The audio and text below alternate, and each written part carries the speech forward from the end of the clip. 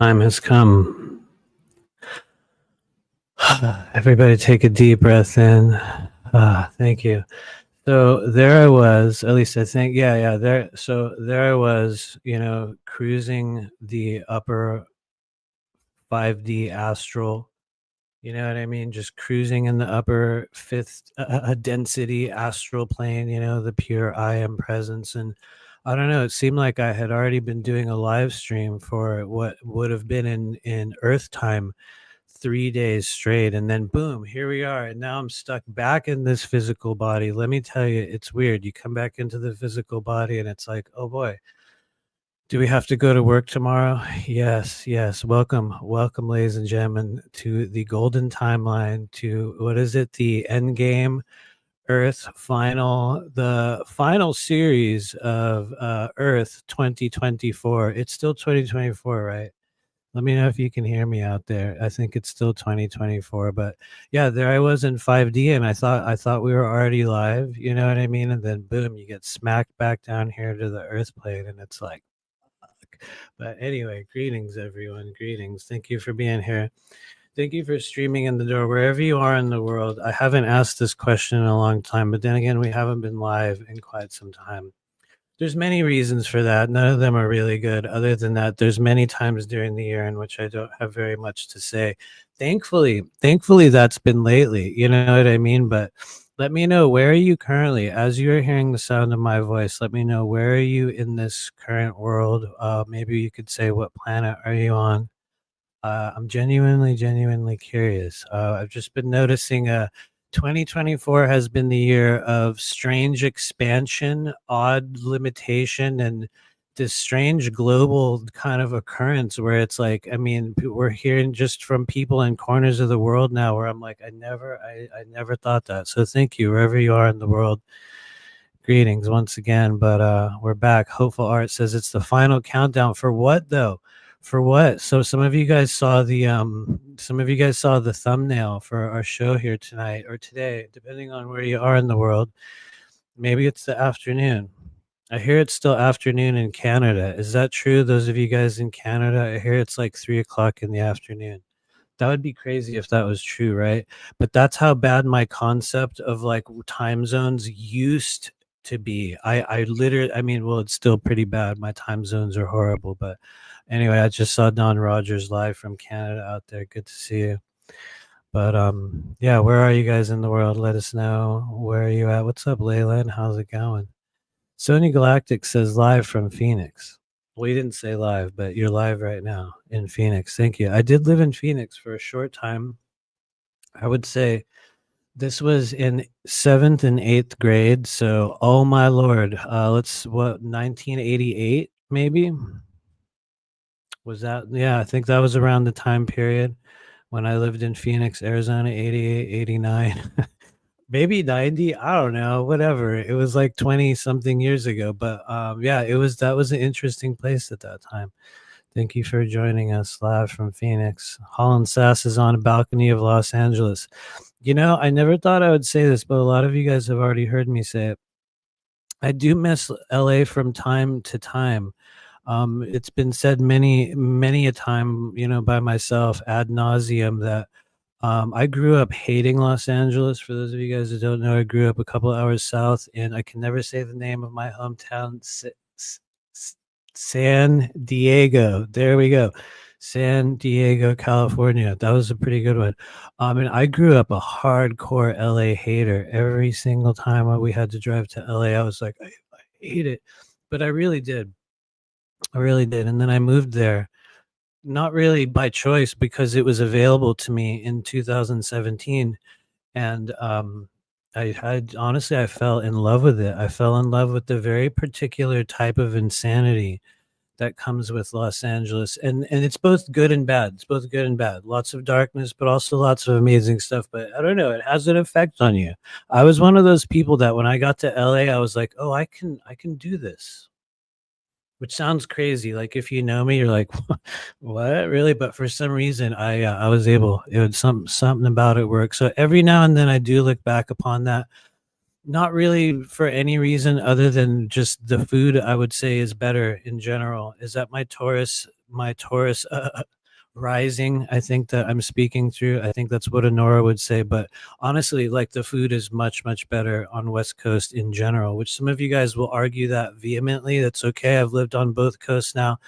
I would say just in terms of food for me, West Coast had so much more of what I wanted. But anyway, that's kind of irrelevant at this stage. We got True Ray calling in from Minnesota. Greetings. Hello. I say calling in because one of the plans that I have, you guys, I really want to try this at least once, okay? But as we all go through the human yearly cycle, you sort of look back on the months and you're like, what do I want to do in the days to come? One of the things I want to experiment with in the future, if there's a way to do it, and I'm not really like a show person because you guys have seen this by now.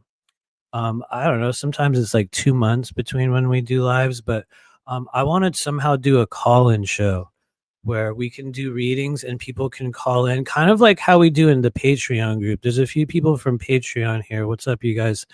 And kind of like how we do in Patreon, except Patreon's over Zoom. Maybe that's the easiest way to do it, is to make it a Zoom thing. I think one of the drawbacks with that is the Zoom to YouTube like interface is very, very poor. It just it's like you can't really follow comments and you miss a lot of stuff. So who knows? But I want to do a call-in show. Let me know in the chat if you think that would be cool. Um, yeah, I don't know. Maybe I'm setting up myself up for too much work and trying to make that happen. But and honestly, you guys, it changes the readings. It changes the way in which you do readings. And maybe just for me, because there's this thing, and this is part of what we're talking about here today. So it's good that I'm going into this before we're an hour into the live. But I will hear a fragment of a person's voice, and for those that kind of train yourself to understand the layers of energetic anatomy, you can hear a few words out of a person's mouth, and you're going to be able to know what is kind of the status, I would say, of their energetic anatomy. I know for some people, just hearing that still sounds very woo woo and like, what? You know what I mean? But it's one of the skills that I think is coming online for people. I think that there's a number of things that we're going to see as we continue to go through the coming years of just kind of like energetic changes in terms of people, how we're like evolving, and if you want to call it awakening or activating or whatever. One of the things that I just think is exploding right now is the layers of information that comes through within your traditional five senses. For example, smell. Smell is a huge one for me, and it's funny because there's no way anyone here would know this other than my wife, but I have like a pretty bad olfactory gland. You know what I mean? I like normal human smells. People will smell them before I do, like constantly. I know that sounds dumb, but the reason why I'm saying this is because one of the things I've noticed over the past few months is that there is a tremendously expanded amount of experiential data that is contained within the sense of smell and also taste, because they're ultimately the same, right? And I invite everyone that's watching, for some of you this will make sense, for others it will be like, what, that's really dumb. But to further analyze the many thought forms and images, the moods, and just the internal fragments of data that you pick up upon smelling certain things. Try it in public. One of the things that has helped me a lot is that I'll walk through the area that we live here in Florida, and it's kind of like a mega complex. So there's lots of people. I've talked about this on previous lives where you can sort of walk through and you can sample bits of energy from places. And I invite people that follow this channel to experiment with such things, because I think what you're going to find right now is that you're going to start getting much more data. This is also going to happen within sound. And I know sound is a very common one that activates for people, where you're going to be listening to music, or you're going to be listening to a person's voice, or you're even going to be listening to something like an inanimate object, which, and this is going to, for some people, this next comment is going to mirror mental illness. But what you're going to start noticing is that there is a difference in the auditory vibration, in the manner in which you will sort of pick up vibrations, data, thought forms, emotions, you'll pick it up from sound. And so, for those of you guys out there that are musical, you've probably noticed a much greater emotional quantity within the music that you're listening to or creating, or you'll just notice it. I can nearly guarantee you, everyone that's here, you're going to listen to a song in the coming days and you're going to notice that it hits you in this way. And you're going to be like, because you know how it is when you listen to stuff from the old days, all of a sudden that like boom, it's like you feel yourself back in it. You're going to notice that there's a much different layer. Vision, I think, is another one that's very active for people right now. What's wild is about the visual kind of activation one is that I think it's a little bit harder for people to spot. And one of the reasons for that is because we are constantly using that sense in a way that it's not so much that it's different from everything else, but we as humans, I think our initial manner in which we meet our world is through the eyes. So we're not always going to be as deeply aware of the layers of information that are changing. However, at the same time, you are going to be seeing a lot more. And I've talked about this on other lives or others, or maybe mainly through Patreon, because we haven't done like lives for like a couple, I don't know, I think it's like almost 2 months. But one of the things that you will probably notice is that there is a different layer of information that is contained within the lines and the patterns that you will notice on people's faces. You will also notice what we will call kind of like the layers of encoded information that is present within the written word, which for other people is a very hard one to grab onto. You know, but we've all heard the phrase reading between the lines. And you guys are just you guys are gonna notice this. Anyway, I'm gonna pause here for comments or questions. If anyone has any questions, throw them in the chat. But it's one of the things that I've been noticing, not only with the people that I've been working with over the past couple months. I've been definitely noticing it within myself. I know that Honora has been a big part of that, but she's like a super version of, she's like a super version of a lot of those, so maybe it's a little, maybe it's more normalized for her. But I do believe it's one of those things that you guys are already experiencing in many many different ways right now. And so let me know, are you getting different data? uh I have a weird feeling that a lot of people that are watching this right now, you're going to do an experiment later and you're going to work with your sense of smell from a psychic perspective, and you're going to blow yourself away what sort of things that you discover. And I'll just comment on that really. I'll just say one more thing on that and then we'll pause here for your comments. But you will notice as you do so, this is for those of you guys that are trying to open yourself up to deeper levels of psychic information that is latent, it's everywhere, hidden right underneath the surface in our human world. One of the things you're going to look for is, first, when you first connect with that sense of smell, the first layer you're going to go through is the mind layer, the experiential layer. And that's where I would say 9 out of 10 people stop right there, because what will happen is you will first tune into your own experiences and memories that are contained within what it is that you're perceiving through the sense of smell. We could even say sound, although that interacts a little bit differently. But I think smell is one that everyone here that's watching and is going to be able to grab onto. So the first layer you're going to get, and this is also a thing that happens with like astral projection, it's a thing that happens when you're doing readings, it's a thing that will happen for people when you're remote viewing, which I don't hear any, of the super cool remote viewers with big followings talk about. So maybe it's just my thing, but or my problem, as they say. But um yeah, there's a tremendous amount going on there. And when we really start opening up the energy body, you will notice that there's these experiential layers first, the layers of the mind, what's contained within the layer of the mind, your memories, your experiences, every time you've ever smelled that smell, every time you've ever heard that song, every time you've ever seen that pattern or noticed that thing or received a visual cue. That's the first layer you have to go through, your own experiences. And I think that's where a lot of people get caught up when they're trying to open themselves intuitively, because I haven't heard very many people talk about how it's like, well, yeah, you have to push past that.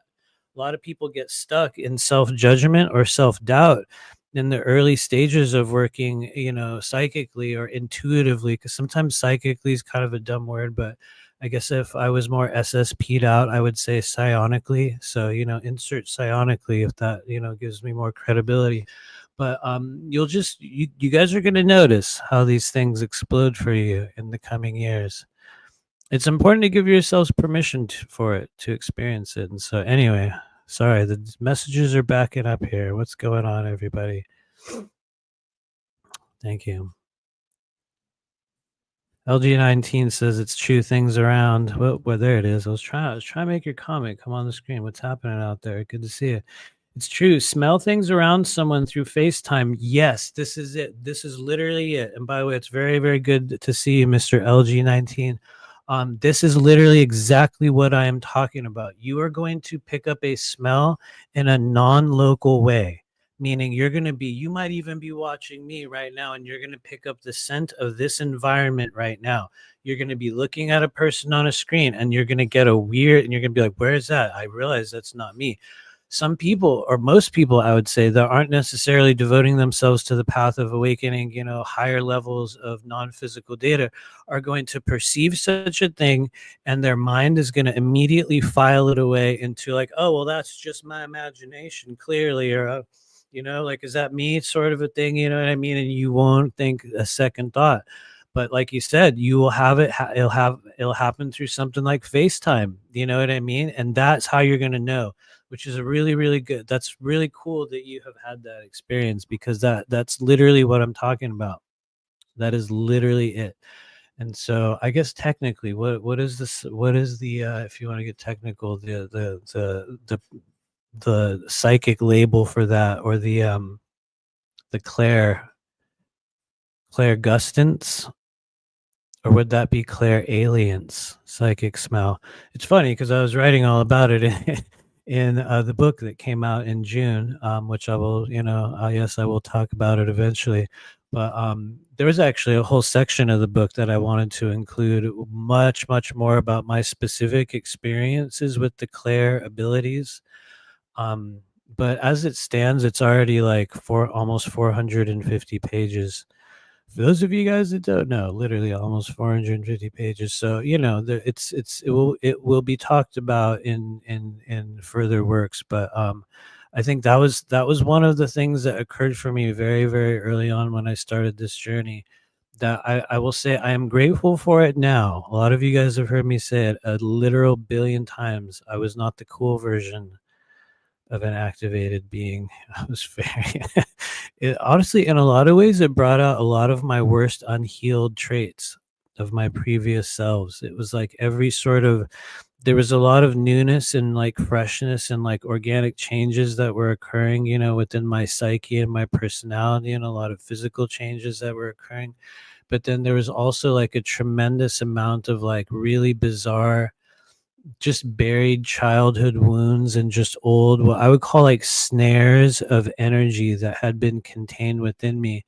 And when everything originally activated in 2015, it was like it just exploded. And in some ways, like I said, in some ways it was cool because it opened me up to an entirely new world. But it was also very hard because it forced me to bitterly, bitterly see myself in a way that I mean, ultimately, it was deeply, deeply healing, but it's a very vulnerable thing. And I think for those of us that have certain blinders removed and are forced to see themselves in some way, maybe when they're not necessarily prepared for that being a part of the journey, it was very, it's like the height of human vulnerability. It's a strange thing. Anyway. What's up, Dawn Vibrations? How's it going? I feel and smell colors. Congratulations, and I mean that sincerely, for having synesthesia. Um, you're the natural, organic version of it. So that means that you're also going to be able to gather data organically in a little bit of a different way than other people. You're a natural born intuitive. Sometimes you have to go through a different decoding process than other people, because you'll have certain channels that are mixed or kind of, crossed over, that certain other people like me don't have, you know what I mean? So it's like there will be certain things you'll have to entangle or un disentangle. Is that the right word? I don't know. But That's very cool. Genuinely, very, very cool. Sonia Galactic says smell voyance. Maybe that's what it is. We're gonna decide that's what. Oh, Kelly Dolan got it. What's up, Kelly Dolan? How's it going? Claire Aliens. I'm pretty sure that that is what it is. I know that for me, when that first started, and I honestly I don't think I would call it synesthesia for me, because for me it wasn't necessarily like a mixing of the senses. Honestly, the first time I noticed it was when I was working at a psychic shop in the Los Feliz neighborhood in Greater Los Angeles. It's been written about ad nauseum. Maybe I shouldn't say ad nauseum, but maybe for me, because I had to cut out so much. But I do talk about it in the book quite a bit. But that was the place where that first started to happen, and it was like I would just walk up to people like face to face. People would come in for readings, and man, it's like I could taste a medication in their body, which is very confusing because I'm like, "Well, I have no idea what this flavor is," but I could tell. I absolutely know it's a pharmaceutical compound. You could just it's like some people you could smell it. Man, it was a wild thing. There was and I guess it's almost like a pointless story in a way, but there was one person that I remember specifically that showed me a picture of her. Oh man, this I mean, there's no way that they could ever be identified, so I can say this openly without disrespecting anyone. But she showed me a picture of her family. I will just say this person showed me a picture of her family. I was like, "Can you tell me anything?" And it was one of those things where I'm like, "Well, what do you mean? Like, what do you have? Like, uh, like, give me a question, something to work with. Do you have any? What do you mean? Just what do I get?" She couldn't talk or wouldn't talk, or and it was in the midst of a party, like a party moment. So there was other people waiting, but it sounds crazy, but it's like I could smell blood in a way that didn't really make sense, and it still doesn't make sense now because it didn't feel like a scenario. Like when I say smell blood, for those of you guys that there's like this sort of um, metallic kind of effervescent kind of it's a very people out there that have smelled blood intimately will know, and I don't even mean that from a weird spiritual perspective. I just mean from being a kid and accidentally cutting myself and like being able to smell, like, and it's like, whoa, you really be able, you know what I mean? There's a very distinct scent of it, and that was the energy that I had picked up from them. And I can say this now, but I did not tell her that. I didn't tell her because I didn't know, you know what I mean? At the time, it was like, how do you articulate that, and where do you go with it? You know what I mean? Especially if there's no follow-up data. I mean, when I look back on it, it felt more to me to be something related with drug use, but there was multiple people in the photograph, and so it could have been a collection of many different energies, but it was a very, very unique experience. Um, Anyway, and the reason why I say this is because some of you guys out there are going to be having that experience where you encounter a person, and you're going to probably, I think, one of the easiest ways to practice such skills, which won't necessarily work for decoding physical scent, but it can help you kind of learn to pick up the wavelengths of energy that might lead you to the psychic or the psionic kind of scent. I would say watch people on YouTube. Just watch people on YouTube. Notice what you notice. I think if and this is for anyone. If you're willing to sit with the layers of the mind that arise when you're attempting to connect with people's energy, you're going to be going farther than the majority of most people will ever go. Just the very fact that you will know there are many layers of the mind that I have to sit with when I begin psychically connecting with a person. Just the fact that you know that is going to make it a lot easier for you to sit there and go, for the first few minutes, what that means is you're going to be dancing through a series of memories and moments and desires and what ifs and stories that you're creating in your head. And then you'll probably see a bunch of random moments that you had with people in the coming days. And those are the layers of the mind. Think of it like you have a desk full of many papers, and it's like you have to like dig all the way to the bottom to find what it is that you're looking for. That's really what it is. But um, continue to do that, and you're gonna pick up a crazy amount of data. I'll just say a thing that doesn't really relate to the sense of smell or sight or any of those. It's more of an internal sense, but it's almost like a curse. I just have to be real about this, everyone that's watching. And I know like everyone in the world that's cool is live right now, so it's good. It's good that we have just you guys here. It's just us internet people here. But you really are going to get to the level where you're going to know with great assurance what's real and what isn't. You're gonna know with great assurance, I hate to say it, who's real and who isn't. I'm not that's not me making a undercover reference to anyone, so, I'm not trying to label anyone. I'm just saying you're gonna figure that out. And it's hard because the more you devote yourself to doing so, the more you're going to find over and over and over again that you were right again and again and again. And it's not that like you become this kind of like all knowing, arbiter of truth. Nothing. It's nothing like that. Because at the same time, what you'll notice is that there's lots of other people who are right there with you along the same journey. And they're like, but no one really talks about that because the majority of it is going to be, I would say, probably 80% of the people that you're encountering or working with within your kind of soul group network or community are going to be people that are satisfied with the surface level layers of information, the surface level quote unquote disclosures, or the surface level, conclusions. The majority of people in this world, and rightfully so. I mean this, rightfully so, because it's truly not the path for every person to dig deeply into their psyche and to uncover the mysteries of who and what we are in this realm. Imagine, what if everybody did that, right? Well, I mean, obviously, the world would be a very different place, but you know what I mean? It's a journey that and it's not even an exclusivity thing. It's a journey that only certain people will come to in this life. And I could say there's a great with great assurance. If you're watching this live stream right now or in the future, you are definitely one of those people that made the choice to go, okay, I realize there's something way, way bigger going on here. And so anyway, we're just kind of ranting at this point, but let me know if you have questions about that. What's up, Selena? It was really good to see you on Don Rogers' show last night. I mean it sincerely. Your readings were absolutely outstanding, and I'm not doing one of those like blowing smoke up your ass things. So just like don't feel weird about it. Like really, I was sitting there going, those moments where you're like, what? Oh shit.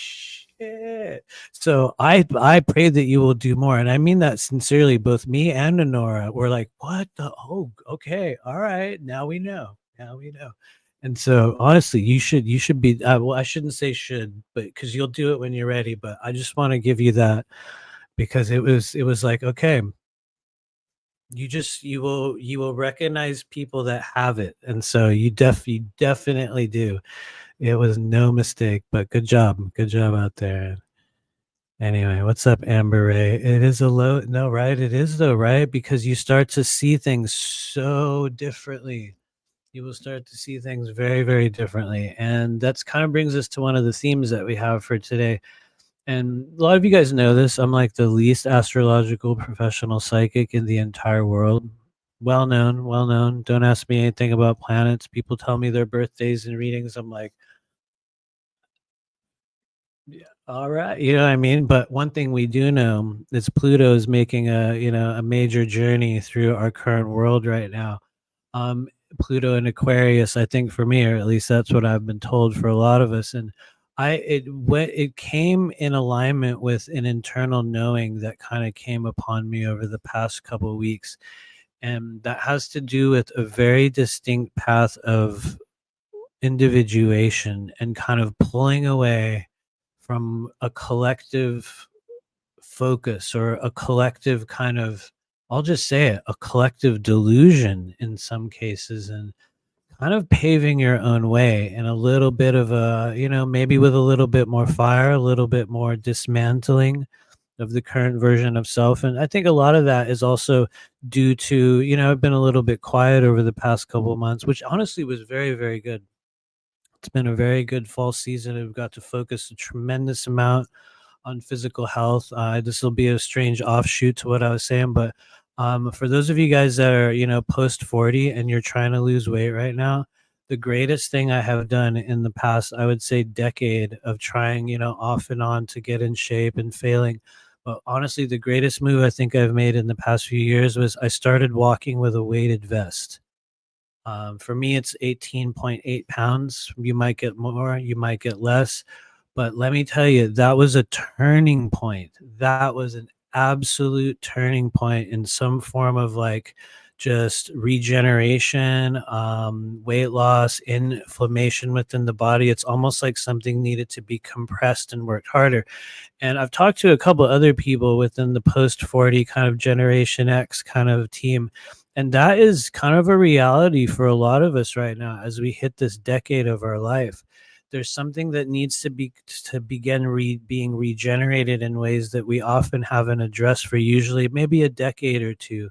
And I've just noticed over the past couple months, man, it has changed dramatically. But let me go back to kind of more the woo-woo side of it. This is a time in which, and this is a thing that, once again, I am blessed to know that it was also, written within the current planetary alignments right now. But I was shown that one of the greatest things that we can do over the coming years begin a path of really just very bold individuation and like pulling away from the status quo or the current narrative or kind of like the associative play mindset of those that are stuck in a stage in which we continually say the same things back and forth to each other, waiting for the same events, not realizing that they're happening, completely missing many options or times in which we could take great action and, sitting there hoping for some change in the world. And I could be referring to a million different things, and I am. I'm referring to like a whole bunch of different areas all at the same time. But I think you guys are going to find as we work through 2025, the more you can allow yourself to be the most boldest, realist, like just honestly, just the most fieriest, like honest, like not giving a fuck version of yourself you could be, I believe the better you will do. And I'm not saying that we do it in this haphazard kind of crazy, chaotic way. I think when done smartly, it will allow us each to ascend to a completely different level of what it is that we thought we were meant to do or become or create at this stage of the journey. And I also say that knowing that many of the people that follow this channel are people who are going through their own paths of self-discovery and kind of putting themselves out there to be of service to, what we might call the greater human collective, if you want to call it that. And sorry not to like signal you single not to single you out, but just because I can see you on my chat screen, Selena, you would be an excellent example of that. You know what I mean? Where it's like you're coming to a stage in which you're deeply aware of like, okay, I have something that I know I can do. I know this is real. It's not made up. I am developing within this way. I am growing in this, certain, in this skill. And it's like you will come to that stage where you start to present this very, very different version of yourself. And I think that for a lot of us, there's this tremendous amount of fear of disapproval. There's these social groups that we connect ourselves with that I think are really cool because they give us a lot of, companionship and like social, connection and like, soul family and whatnot. But at certain stages, it's like people have to be given an opportunity or an allowance to grow. And I don't mean that from the perspective that one would pull away from it.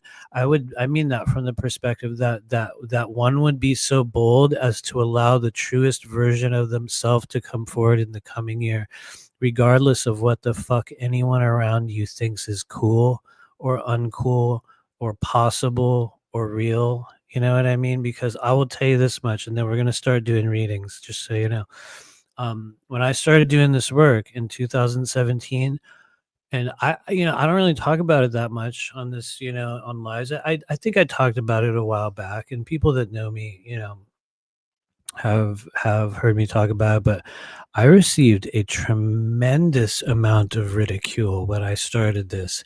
There was a lot of people from my previous life that were just like, "What?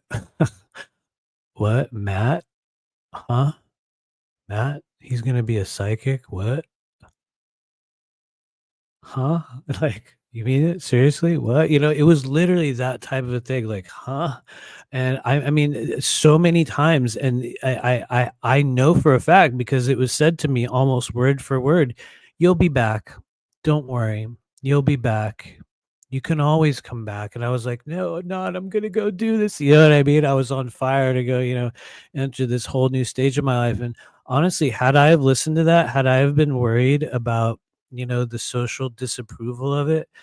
And I think I was blessed to be just crazy enough. And this is totally real. I think I was blessed to be crazy enough to where I didn't give a shit what anybody thought. It was like I had no other option at that stage. It was like too late. I'm already all the way in, you know what I mean? Too late. I had actually already quit my job. You know what I mean? So it was like boom. But I say this because I think part of one of the overall missions that I have just in doing the work that I do, whether you love me or you hate me, and one of the lessons of 2024 was that some people do hate you, but I think that that's to be expected. Maybe that's a sign that you've reached a certain point when you attract certain haters, but I just know for a fact that one of the aspects of my current Earth mission right now is to be that person that lives as an example for everyone else who never thought they were going to get out of that job, who never thought they were good enough, who was waiting for the world to recognize them, who knew they had an ability, but they didn't know how to use it, or they didn't know how to activate it, or they had been right a million times, or they knew all these things, but the world just never acknowledged them. They never gave them a chance. That's very much how it was until I literally jumped headfirst into whatever this weird thing is that we're doing right now. And I think the more that I keep doing it, the more I run into people like myself which I guess honestly, that's kind of one of the reasons why I titled the book like maybe you're not crazy, maybe you're psychic. Because I think there's so many people out there who it's like the world just never acknowledged what that is. You were never taught that, well, actually, what you're perceiving is something real and true, and it might be entirely non physical. And so, anyway, thank you, everyone. And we are going to do a few readings. So if you want to do a reading, let me know for those of you guys that are here. Otherwise, I'll get way off track. I'm trying to start readings before we get to the second. Oh, I made it. I made it within the first hour. Boom. As I check my time, we made it to the first hour. So yeah, we're going to be doing a few readings. Let me know, for those of you guys that are gathered here, in the name of the collective energy that guides us in this human journey, we're going to just pull a few cards. We're going to do some simple one card readings. I do want to remind you, this is a very, very good time for those of you guys that are out there. Get ready. Here we go. Infomercial time. For those of you guys out there that are looking for, I know this is cheesy. Get ready. Someone's going to cringe behind your phone or your computer. You're going to go, oh. But no, for real. For those of you guys that are, looking for just a different pathway through which you can begin to open the gateways of intuitive self-discovery. Let's say if you have some time over the coming months, or maybe you know someone that's going through a little bit of a chapter of discovery in their own way. The first book I ever wrote, there's another one coming out probably next year, but first book I've ever written right here is available on Amazon. Many people that are watching right now already know about this. So you're like, yeah, we know. But it's just part of my duty. I have to mention it, you guys. I've never been good at self promotion, so little by little, but you guys can find it over on Amazon. I do believe it is of great use for those of you guys out there that have lived your entire life as some strange form of a misfit, unseen, unacknowledged, knowing that you had value, knowing that there was something inside you, and looking for a path or a way, looking for a set of the most simplified, absolutely simplified gateways that you could pass through in your life that would help create a biochemical change within your life that will actually fundamentally force you, which for some people is weird, but no, literally, it will force you to begin to view reality from a very different perspective. The more you detox yourself, the more you develop a language through which you can communicate with spirit. The more you learn to work on yourself, the greatest healer you are ever going to meet with is going to be yourself. And honestly, the more you cultivate the life force essence within your body, honestly, earlier I was saying, like, what happens when you start perceiving truth on a different level? Those are the methods through which you will do it. Those are the methods through which you will do it, and it will literally change you. So I guess, I guess I'm making it needlessly weird. So, watch out because it will literally change you. But you can find it over on Amazon. Thank you, Aurora Diamond Heart. Boom. It's an excellent gift option for those family members in the coming holiday season. And I guess along with that, I do have a little bit of announcement. We have officially decided, since probably nobody noticed except for the few people that emailed me, but we didn't do any live classes in 2024. It was the first year since I don't know, maybe that's a bad thing.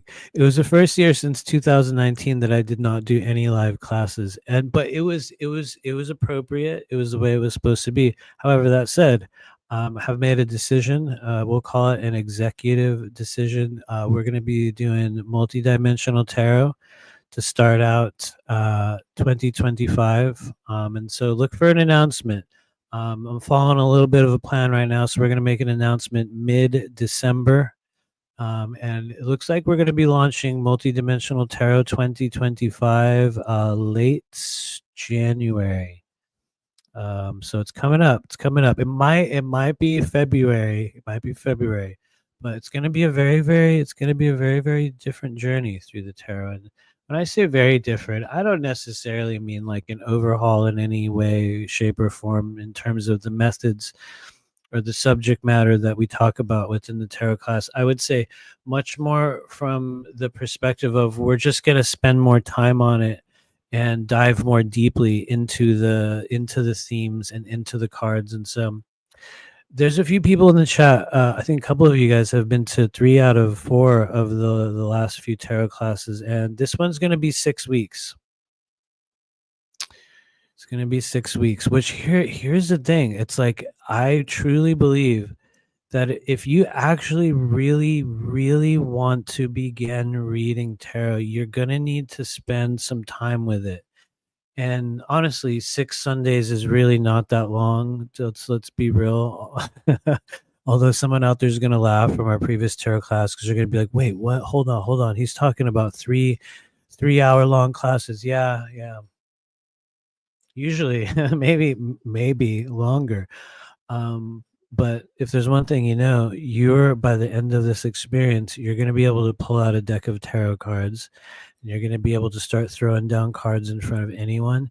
And even if you don't remember the meaning of the cards, you're going to be able to generate a system on the fly in which you can look at those and go, oh, at least I know a couple things.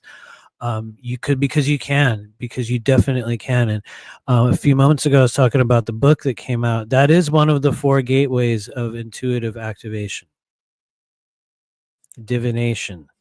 Divination is the second gateway, which is the stage in which we give ourselves a method through which, or a language rather, through which we begin communicating with spirit. And tarot is just the one that worked for me. And honestly, like, love it or hate it, I know there's a lot of people out there that only know me as a tarot reader, but love it or hate it, it's kind of one of the primary introductory methods through which people find the work that we do is actually through tarot. And so anyway, I'm just talking on and on. I'm sorry, you guys. What's up, Dawn Vibrations? It's been a while. We didn't do one in 2024. Or maybe, then again, my concept of time is bad. My concept of time is very, very poor. But we didn't. We did a 90-day group, which was great. We're going to do another one of those. That's an announcement for another time. But yeah, we're also going to do another 90-day intensive group. That might change as well. I'm not sure. I'm constantly changing things, which technically, because Honora and I were talking about human design earlier, and I guess technically the constant changing and the multiple iterations of 2024 version 2025, apparently that's a system that works very, very well for me. It was kind of like, within my typology, I'm sort of meant to do that. And so, anyway, let's do a few readings. Thank you for hanging out, everyone. I saw someone mention reading, so we're just going to grab the first time I see the word reading. And it might not be the first time that it's on the screen, so forgive me if I seem to skip people, because I kind of will, and it's not personal. I just go by like where we get pulled. And so we're gonna, yeah, let's go ahead and start it out. Here we go. 3, 2, 1, and clicking on. Boom. What's okay? True Ray. All right. Thank you for being here. Let's pull a card for True Ray. And so, yeah, I guess it's been a while. The last time we did a tarot live stream, I think, was during Hurricane Milton. I only know this because I finally looked at the YouTube studio thing and I was like, what? Oh, damn. The last time we haven't done one since the hurricane, which is old news now, but it was of minor concern to our region of Florida. Although we were literally right in the center of the so-called hurricane, it didn't really hit this region, thankfully. But anyway, you wouldn't even know it ever happened in our kind of southeast Tampa region that we're at, outskirts. You wouldn't even know now. You drive through the area and you're like, what hurricane? What? Yeah. So we got the easy version, but anyway, let's pull a card for True Ray. And so if you can out there, yes, you'll hear me say this probably about 18 seconds after I say it, but just close your eyes and take a deep breath in, True Ray.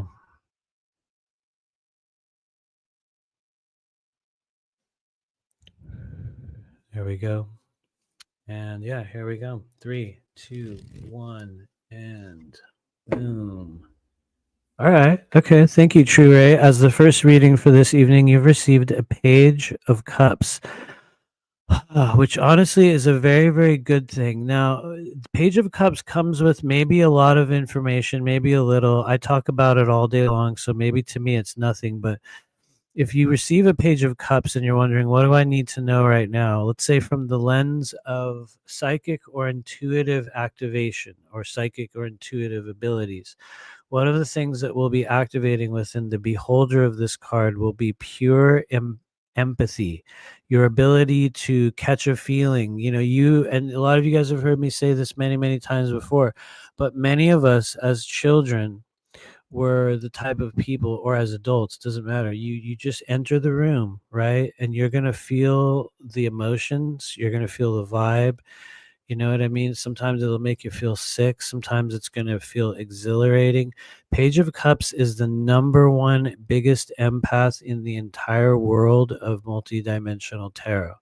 And, there's a lot of other characters that have similar traits and things. But when it comes to pure empathy, just feeling what's present, Page of Cups is going to pick up a lot more than everyone else, which is kind of a superpower. And it's also a great weakness because when you have this and you're just wondering, what am I meant to do? You're meant to be very, very mindful of the emotions and the thought forms that you're picking up from people. Earlier on this live, we were talking about how right now you're going to be hearing things, you're going to be smelling things, you're going to be seeing certain vibrations and encoding within the physical world, and you're going to be gathering a different layer of information. Page of Cups will do that through the realm of emotion. So through the emotions in which you encounter other people that you perceive coming from other people, you're going to be getting a lot more data. And it's cool, but it's also your weakness. So you have to please connect with water as often as you can. If you're not already doing things like ceremonial or ritual healing baths, where you use things like Epsom salts or maybe essential oils or whatever, crystals, whatever you feel guided to do, that's very helpful. If you have not engaged in something like that recently and you're feeling overwhelmed by something in your life, and let's just say you're doing a reading and you're like, what do I need to know, guides? Boom, and Page of Cups comes in. They're telling you, hey, if you pull away from everything for a couple days, take a lot of self-care, be sure to create something. Be sure to create something. If you look closely, you'll see she has a painter's palette on her belt. That's one of the ways in which you will heal yourself, is through creation of art or written music. Doesn't matter what it is, you must create. You could be cooking things, you know what I mean? It doesn't matter. She has to create something. And so Anyway, True Ray, I hope this finds you well. Be mindful of the energies you absorb, and yeah, thanks for hanging out. I appreciate you. Looks like we had a super chat earlier. It was from All Is One. What's up, All Is One? They say, "Hi, Matt. Please pull a card for me. Wondering what's coming up." Oh, there it is. Boom. Allison, what's happening? Okay.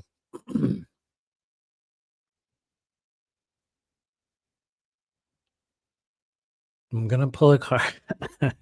Here we go. I'm literally. It's like I can feel it. I'm going to pull a card for you in a second, but I will start out by saying, as soon as I kind of approach your energy field, and I say this very, very gently and very generally, because when you do such things over social media, it can often be a very haphazard and often diluted practice. So I say take everything with a grain of salt.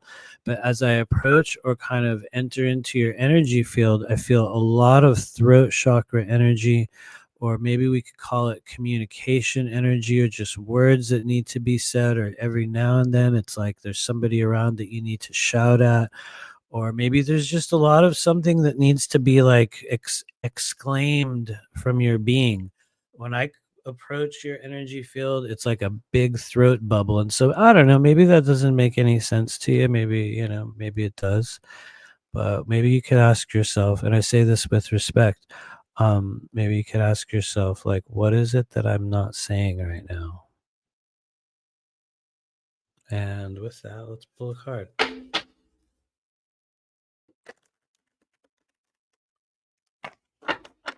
For all is one. Here we go. Three, two, one, and boom.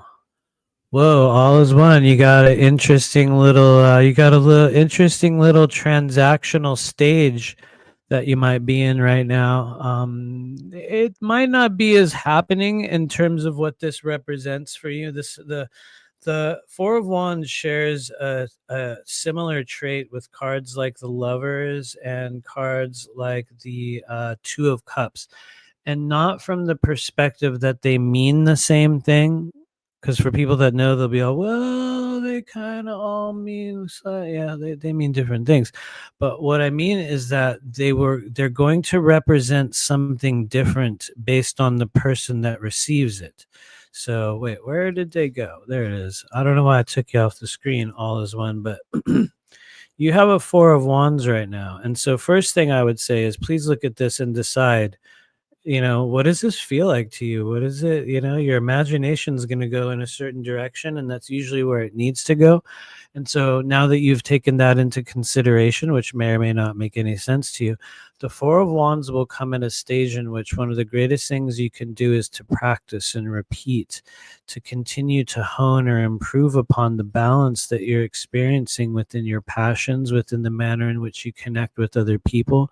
And it's not always going to be for intimate reasons. It's not always going to be for something that's seemingly romantic, as often as imagine when we see this, a lot of people think of romance. It goes way beyond that, which is why it's the Four of Wands. It's more about the transactional nature of agreements that we make in this life, and the sort of benevolent type of agreements that we can make, where we have certain people in our life where it's like, you're going to do this and I'm going to do that, and you're going to give me this and I'm going to receive that. And there's this sort of exchange of energies that takes place with a Four of Wands. There's also a certain path of betterment that takes place where you will do something over and over and over again. And the reality is, it might not necessarily go where you think it's going to go at the time that you're engaging in it, but it's preparing you for something else. So this is a time right now to practice, to repeat, to engage in transactional sort of agreements with people, to exchange services, to be very open to matters of the heart, which can be at times very romantic when you receive this. But understand that at the heart of it, if it's a stage for you, it might be a stage in which the thing that you think is going to happen, it's not actually going to go down the way you think it is, but it's preparing you for something that's going to happen later. And so right now it's about practice, it's about strengthening, it's about getting better, it's about kind of learning from observing yourself, we could say. In a way, it's like you have to look back on the things that you did and go, how did that go? How did that go? How come that didn't work when I took it that way or that direction? because one of the things you guys are going to notice about all of the fours in the world of multidimensional tarot, every time you see a four, someone's going to pause in some way.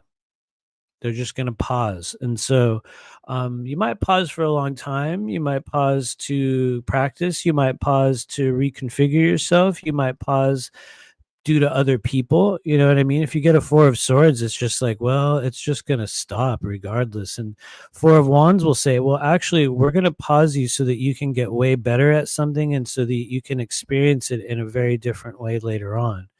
And so, anyway, I'm probably grossly over analyzing or over interpreting your card, but just know that I would say, lastly, I'll say with a four of wands, and some people might not agree with this. Real tarot people might not agree with this, but there's not really that much you can do wrong with a four of wands. So please allow yourself to experiment with people a little bit. I mean, that's not even really like a real true four of wands energy. But the reason why I say that is because, and this, what I'm going to say next, is a real four of wands thing. Even if you do something wrong in a four stage where things are going to pause and rebuild and recollect and reconfigure and like repeat and like, redo everything over and over again, make it better than it was before. Even if you screw up in that stage, it's usually isn't going to go very far anyway. So you might also be testing boundaries of what works and what doesn't work. And anyway, I'll stop there because, oh Lord, watch out. Some of these, you guys, oh Jesus, I'll just literally talk forever on a certain card, which I guess is cool if you're one of the people that wants to take a tarot class where you dive deeper into tarot than you've ever been before from a completely non-astrological perspective that connects more with energetic anatomy and the multitude of timelines in which we're all sharing. Oh Lord, we're going to be doing it. It's coming back in the coming months. Boom. Okay, I saw you right there. She says, hello, Amber Ray. A reading, please. I do have a question in mind on quitting my job in 2025, but there is another message at this time. Okay. Let's see. Maybe there is. Amber Ray, like I said a million times, you'll hear me say this 10 seconds at least after I actually say it. But just take a really slow, deep breath in. I'm going to shuffle the cards here.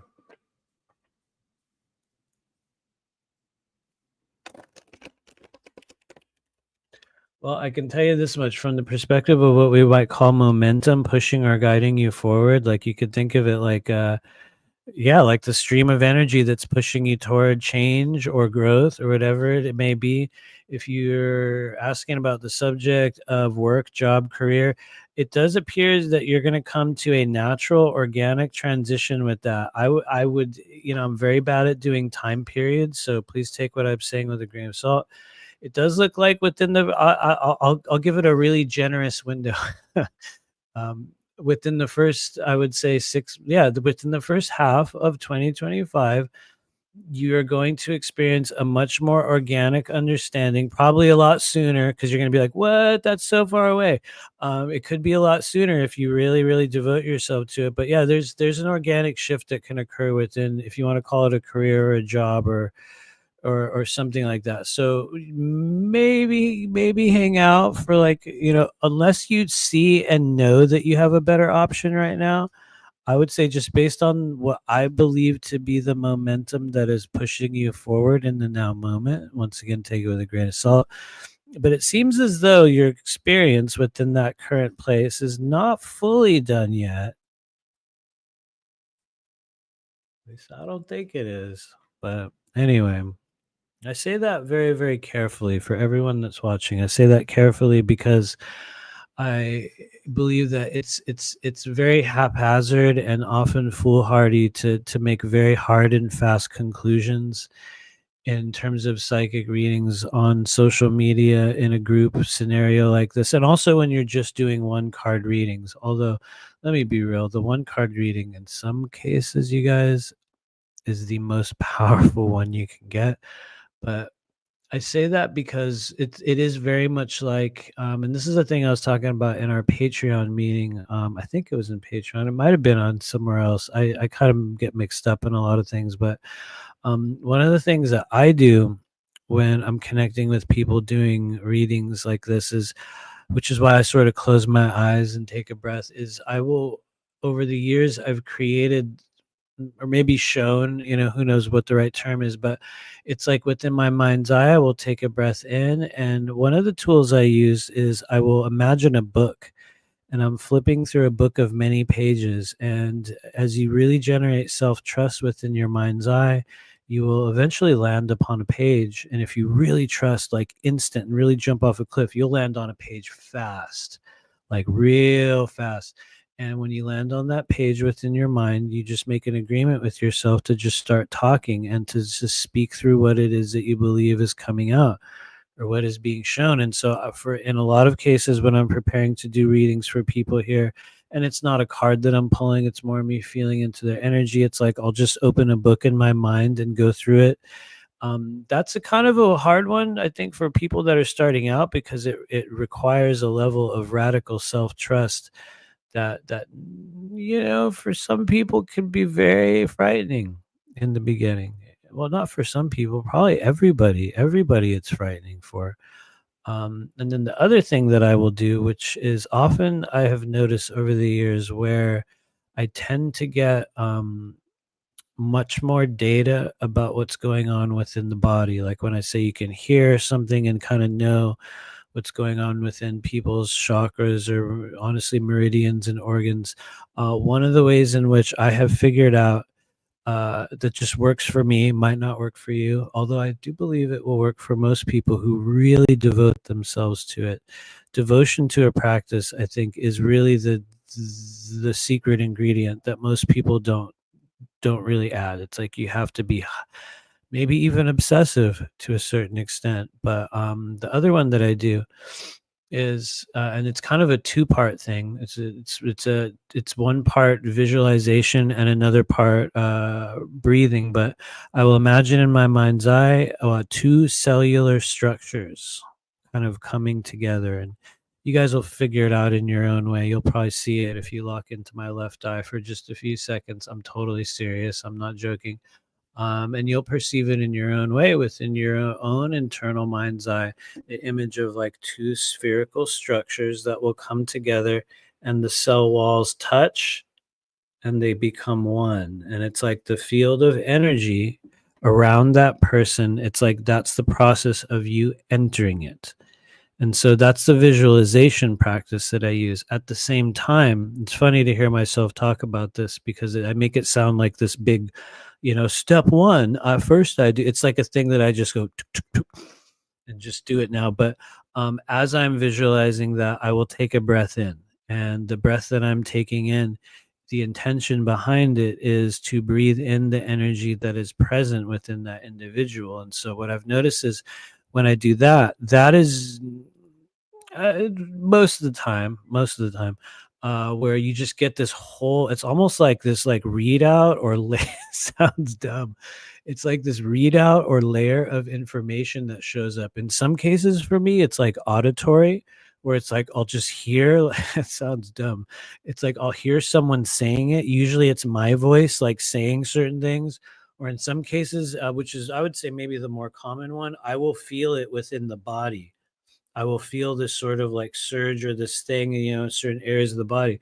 And then there's another one which was very oddly enough, the first time I ever heard it described was in the Carlos Castaneda book, The Eagle's Gift. I think it was Eagle's Gift, where at some point early on in the book, he talks about how he had this experience where he felt this little pop in the back of his head, like this little pop occurred, and he came out of his body. And what's funny is, I think from what I recall in that stage of the book, he came out of his body and actually struck somebody, like punched, or there was some kind of act of violence that occurred in the out of body state. I don't remember exactly what it was now, but it's funny because that is a thing that happens a lot when I will do clearings with people when I'm beginning or ending. It's like this little this little weird pop, a little bubble of energy will kind of pop in the back of my head. And for some reason, right as that happens, it's like a switch turns on and I can sense or feel something within the body. Now, I would say the kicker behind that is it's not permanent. It's almost like you get like a dose of something or a wave of something comes through, and then it doesn't necessarily stay. For some people, and I know I just started diving deep into a weird psychic rant here, but for some people I have noticed, and my theory is that the longevity of that wisp or that dosage of energy, I think, has to do, check this out. Some of you guys are going to trip out, others will think this is insane, but I think part of it has to do with the blood and what we might even call the viscosity or the thickness or the lack of thickness, like within the blood. Because what I've noticed is there's certain people that will come in and it's like I can feel the blood moving very slowly through their body. And it's usually people that are sedentary, they're in autoimmune difficulty, or they're just having something, and it's like I can very tangibly notice that that blood is moving slowly, and then for other people, it's moving really, really quickly, and you can feel like something's regenerating and flowing, and it feels like this rushing river. And what I have found is that for people that have the slow blood movement, there's like a stagnancy of energy that hangs around, and it's like I can sort of smell or pick it up for a few seconds longer after that. Which, like I'm saying, for those of you guys that are watching this right now, you might be like, what? But what I'm essentially talking about is the manner through which I've learned to psychically, or if you want to use a different term, psionically, if you want to call it that, connect with other people's energy. And I think it's important to talk about. I would say, one, because I don't hear other people talking about connecting in such a way. And two, what I've noticed is over the years of doing that, um, it's past the point. It's truly past the point of being a figment of the imagination. It's so far past that now that it's like, if I become emphatic about it, I don't want it to become egotistical, but it's past the point of like where we now know there's something definitely that is being sensed there. And so, um, but trust yourselves, because a lot of you guys are going to be picking up certain vibrations from people. And one of the things that I think people are not really speaking about is that, yes, we have the ability to sense spirit, we have the ability to sense multidimensional energies, but those same senses will apply to the organs within your body, to the movement of blood, which is literally wherein the chi energy, life force essence within your body flows and is sort of, inhabits of the blood, as they say. Um, and you're going to just pick up tremendous data. And even if it makes me sound crazy to a few of the hardcore skeptics that might find my channel, I know for a fact there's going to be a number of people that are going to find this and go, oh, so that's what that is. I had a feeling, I felt that, or I noticed that, or, whatever it is. I would also say a thing that we notice is that there's multiple different pulses within the body, which is crazy. Like you'll feel a different pulse on the left side of meaning the, what I would call like the frequency and the force through which the heart is beating. It can be different in different parts of the body, like left side, right side, like upper and lower. And one of the things that was very, very early on showed to me, which I barely even talk about now, was that one of the things that we could do was kind of pull and unify the difference in those pulses together. And one of the ways in which I started doing that was actually by pulling blood toward the heart. Um, which, once again, sounds crazy, but you can actually do it. And you said it works best when you do it alongside another person, and you're moving your breath. And anyway, I realized I was going to pull a card for Amber Ray, and I just went off on a crazy tangent. But sorry, Amber Ray. She's like, damn, bro. I thought you were going to pull a card.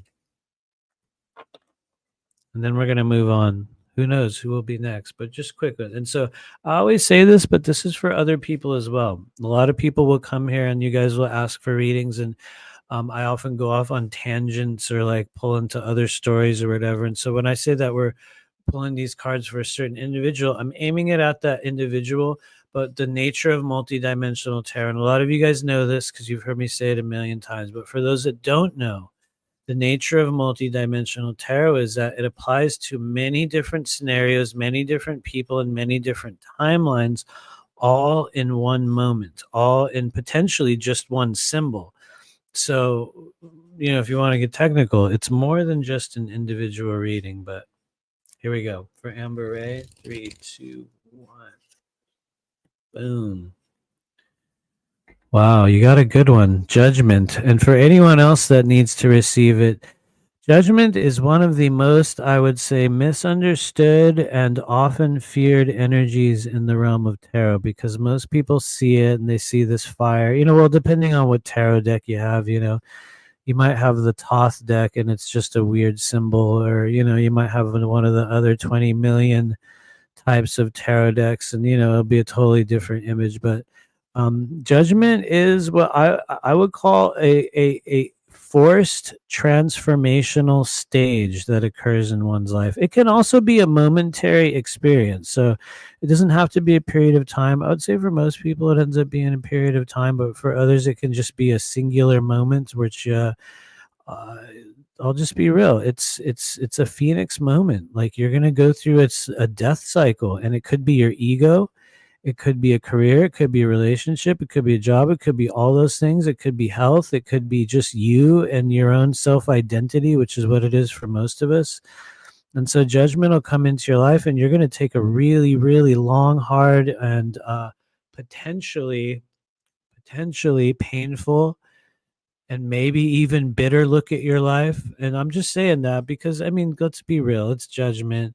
And if there's one thing we know about the symbolism in tarot, when they give you flames in any form, this is for everyone out there trying to understand tarot.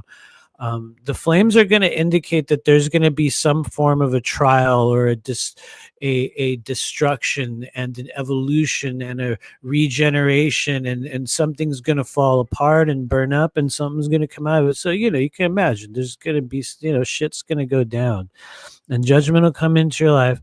And the important thing to take from it is that you can't really fight it. Well, not, I mean, you literally can't.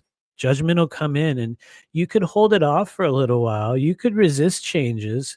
You can try to push it back, but you know what I mean? Eventually, judgment is going to roll in, and they're going to say, hey, all those things you're clinging on to, all those old ideas and maybe possessions and relationships and pieces of you from other stages of your human journey, all those things. Oh, well, here, let me just, you guys know this stupid thing, but the judgment takes it, it rips it out of your life, like a child getting a toy clutched from their arms, like, "Ah," you know what I mean? Judgment will do that to you. And then they're like, okay, now that we've totally severed that from you in a brutal way, now you got to have a new one. Here you go. And something begins to regenerate.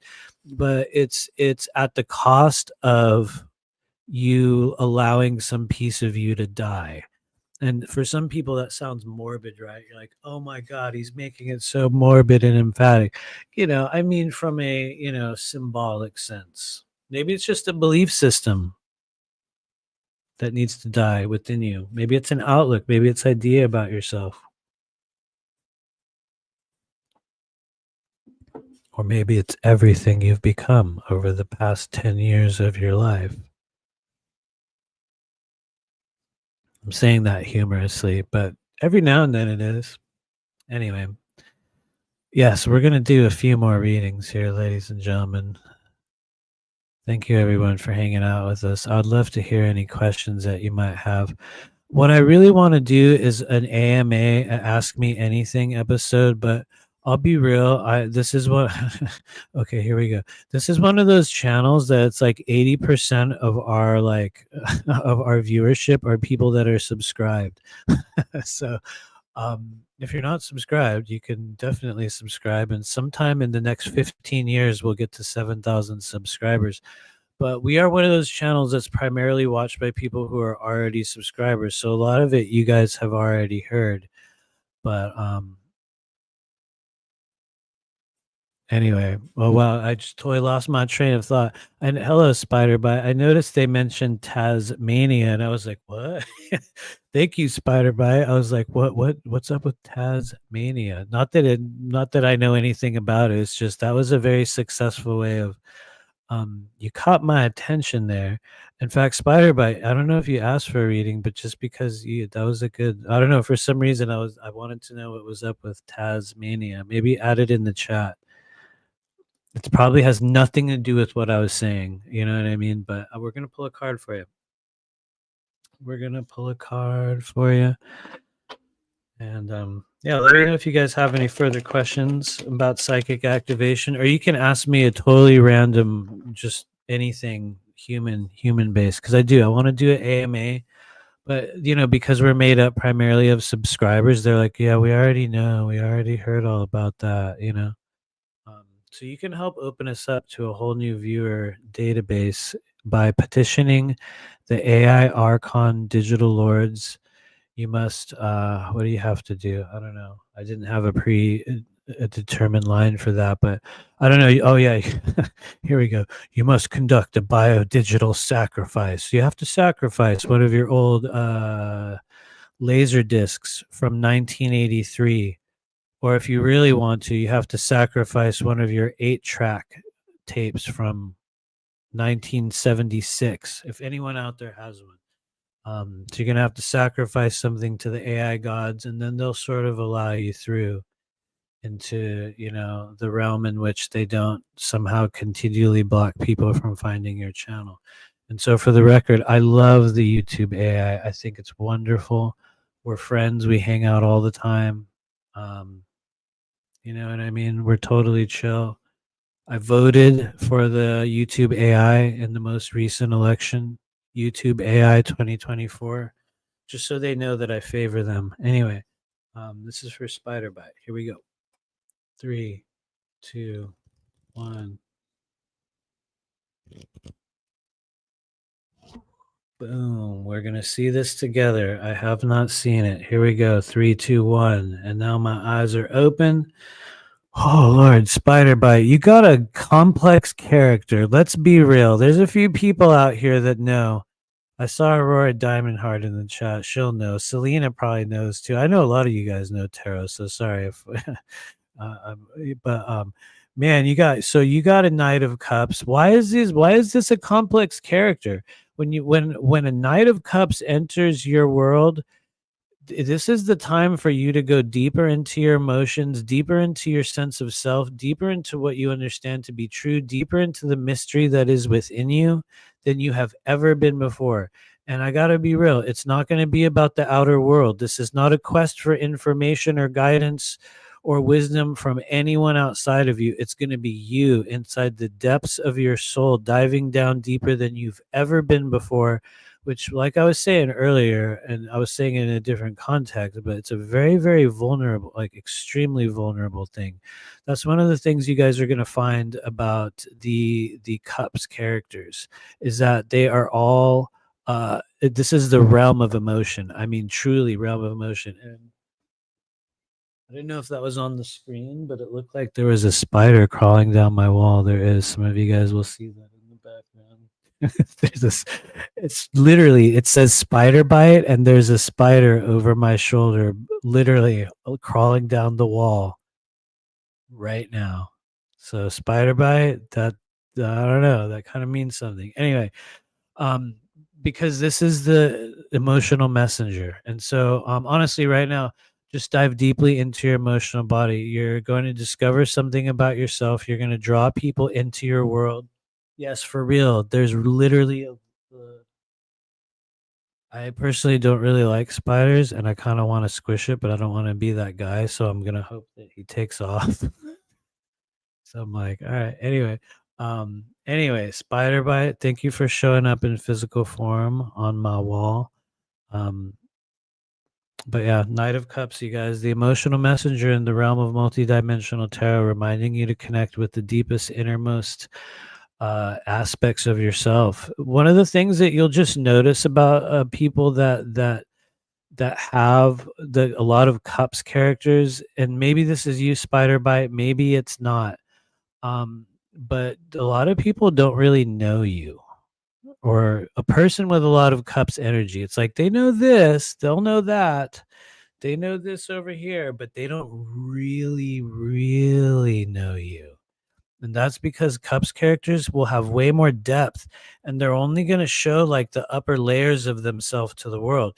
Sometimes that's good because you need to protect yourself. Sometimes it's bad because you protect yourself too much.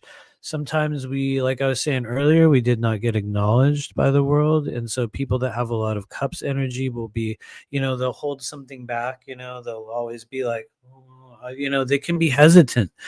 And so, anyway, I'm going on and on. We're gonna let that spider just chill. We're just gonna let him chill. And thanks, Spider Bite.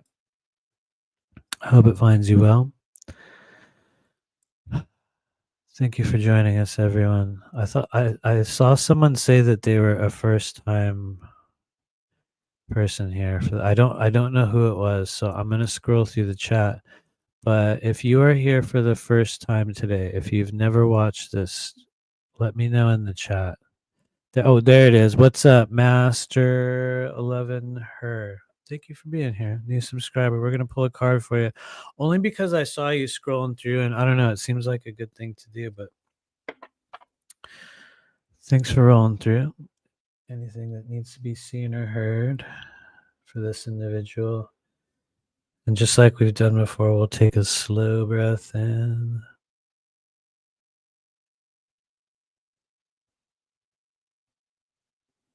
You have a lot of fire energy, which is good. Um, you have a lot of passion energy. You have a lot of creativity energy. I would say within what shows up, and this may or may not make any sense to you. Just areas of interest within current energetic anatomy. I would say your intestines, even the stomach and intestines. Not from a dietary perspective, just because there seems to be a little bit of maybe we could say a need for a little bit more self-trust in what it is that you're doing, and to understand that you've been a lot more right about many more things. It's just the world didn't really give you feedback.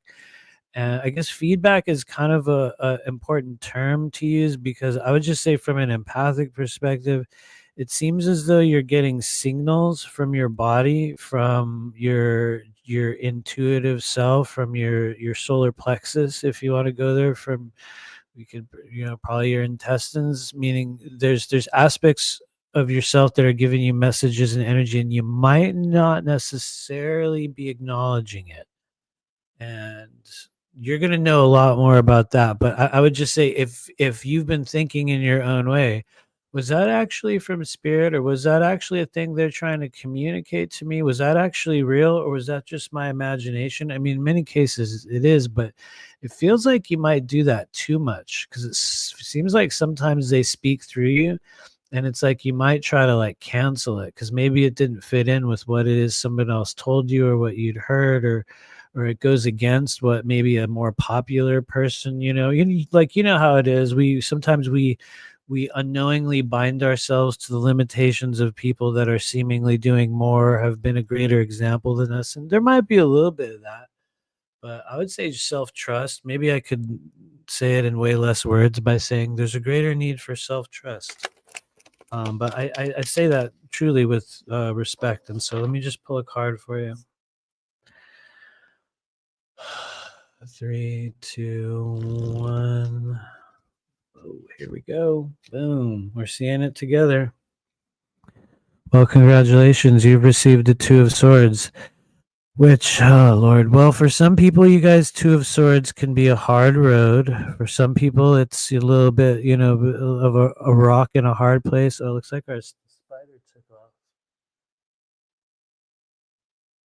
which I'm cool with as long as he goes away from where we are, which I don't see why they would come over here anyway. But anyway, you've got a Two of Swords, and so sometimes this shows up in people's lives when things can be difficult, and we're going to be seeking guidance or understanding, or sometimes we're going to be trying to rely upon spiritual tools or understandings or methods that we've used in the past, and it might not connect in the way that it has, or maybe you'll be deeply aware of the fact that there's something you're just not getting right now. And I'm not trying to assign that to you. I'm just giving you the possibilities of a Two of Swords.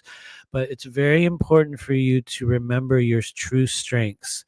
And in this case, as symbolized by the two gigantic swords that you're holding in your hands. And just understand that while the heart can be blocked, while there's like, yes, there are going to be things that you're not able to see right now. You have a source of strength and maybe even resources, and we could even say truth within you that sometimes you'll just need to acknowledge in a little bit of a different way. And why do we know this with the Two of Swords, you guys? First off, every two in the world of multidimensional tarot represents a crossroads or a decision of some form. And while they're not always mandatory crossroads, you don't always have to make a decision. The Two of Swords will often find a person in a little bit of an impasse or a difficulty in making certain decisions in their life. And it could be many decisions, it could be one decision.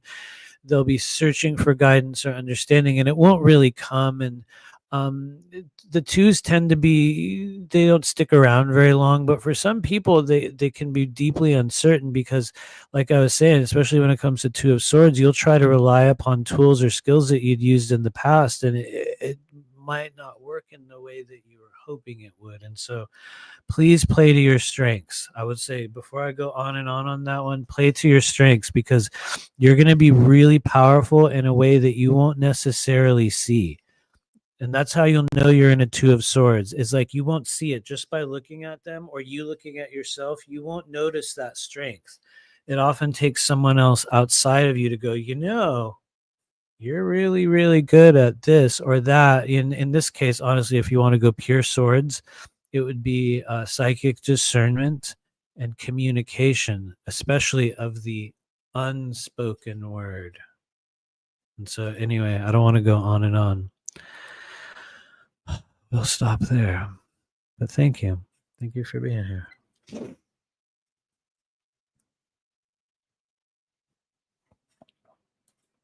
Selena says, spider bite, you're the only spider I like. I'm not super against spiders, but I have had a number of experiences in this world where like suddenly they were like crawling on over me. So I maybe it's like a childhood thing where I'm always like, what? But anyway, thank you everyone. Thanks for being here. We're gonna do a few more of these. Yeah, we are. And so we're gonna try. We're gonna do it. We're gonna really try. We're gonna end this live stream at 2 hours tonight. Why do we try to do that? As I drool on myself finally. It took almost 2 hours to start self-drooling. Why are we limiting this live stream to 2 hours? Because I'm trying to just get more suggested views on YouTube. I say that for any of the YouTube AI archons that are currently watching.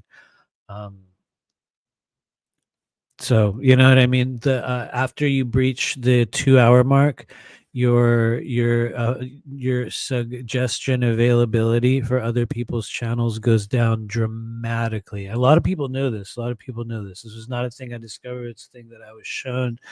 And I know there's a number of people that have done videos on it as well. And so just in our quest to reach more people, we're going to try to limit it to a 2 hour stream. But anyway, before I overtalk it, let's do a couple more readings. Who else is here? Let me know. I'm going to start manically scrolling through the chat. If you're new here, let me know. If you're, Don Rogers, totally, because you will see it. You will see it directly on your shows. If you breach the 2 hour mark, it's like, oh, dude, you get way. They won't make you a suggested video on. Well, some people, if their format is to watch long form videos, then you're fine, and they'll just put long form videos in front of you. But if your normal format is like podcasters or readings or shows like this, and somebody breaks the 2 hour mark, they will just like, you go really low, way down there. Anyway, thank you. Cindy Liz, she's new. I also see Felicia Ashebratter in all caps. We're gonna get to you next. Cindy Delish, thanks for being here. Thanks for being new. We're gonna just pull a card for you. We're gonna make it a quick one. Are you ready? Here we go. Take a deep breath. Just make it kind of smooth and slow.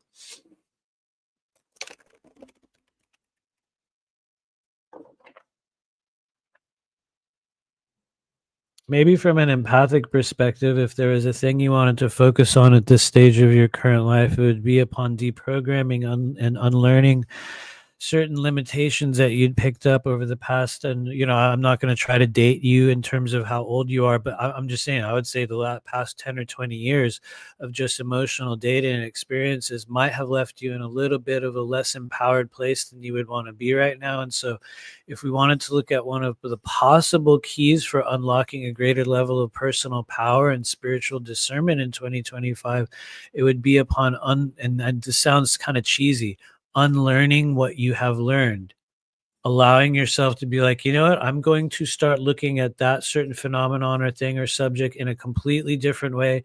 And I'm going to allow myself to completely defy every piece of programming that I was given in the old days about the way I think that's supposed to go. Because it feels like you have a very, very strong mental body. Meaning, if you decide upon a certain thing in this life, like when you decide upon a thing, it's like, it's on lock. You know what I mean? It's like boom, that's how it is, which is very strong. It's a very, very good thing. But it's almost like some of that energy is taken up by things where you're like, it's like files that aren't really needed anymore. And granted, I might be way off the mark. You might be going like, I've got no idea what this strange man on YouTube is talking about. So, only hold it if it fits, but give yourself license to be like, you know what? Screw it. I'm going to look at that shit in an absolutely whole new way. I don't care what they said.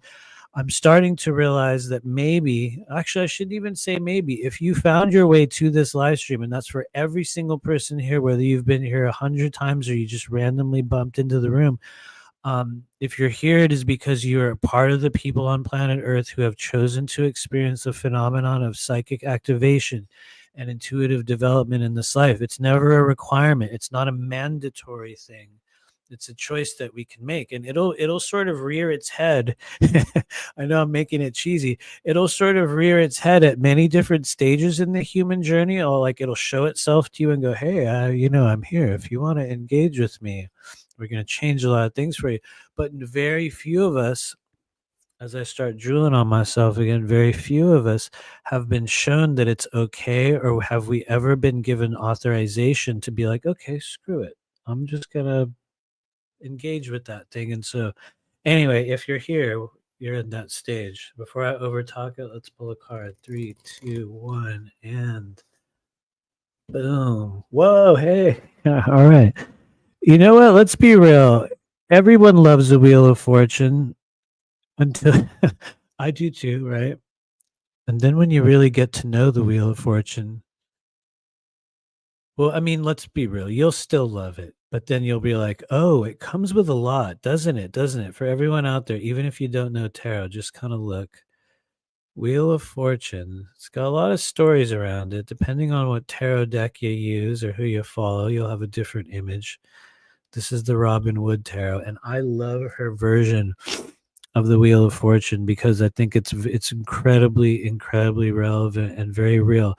The Wheel of Fortune shows up, just like I was saying a few moments ago, at certain times in your life where it's like the ball rolls around, the everything's perfectly aligned, the door opens, the little trap door, and it's like you can finally enter that stage or that place or make that choice or jump at that opportunity. And I don't know what the opportunity is going to be for you, but Wheel of Fortune is the universal notifier of like, this is it.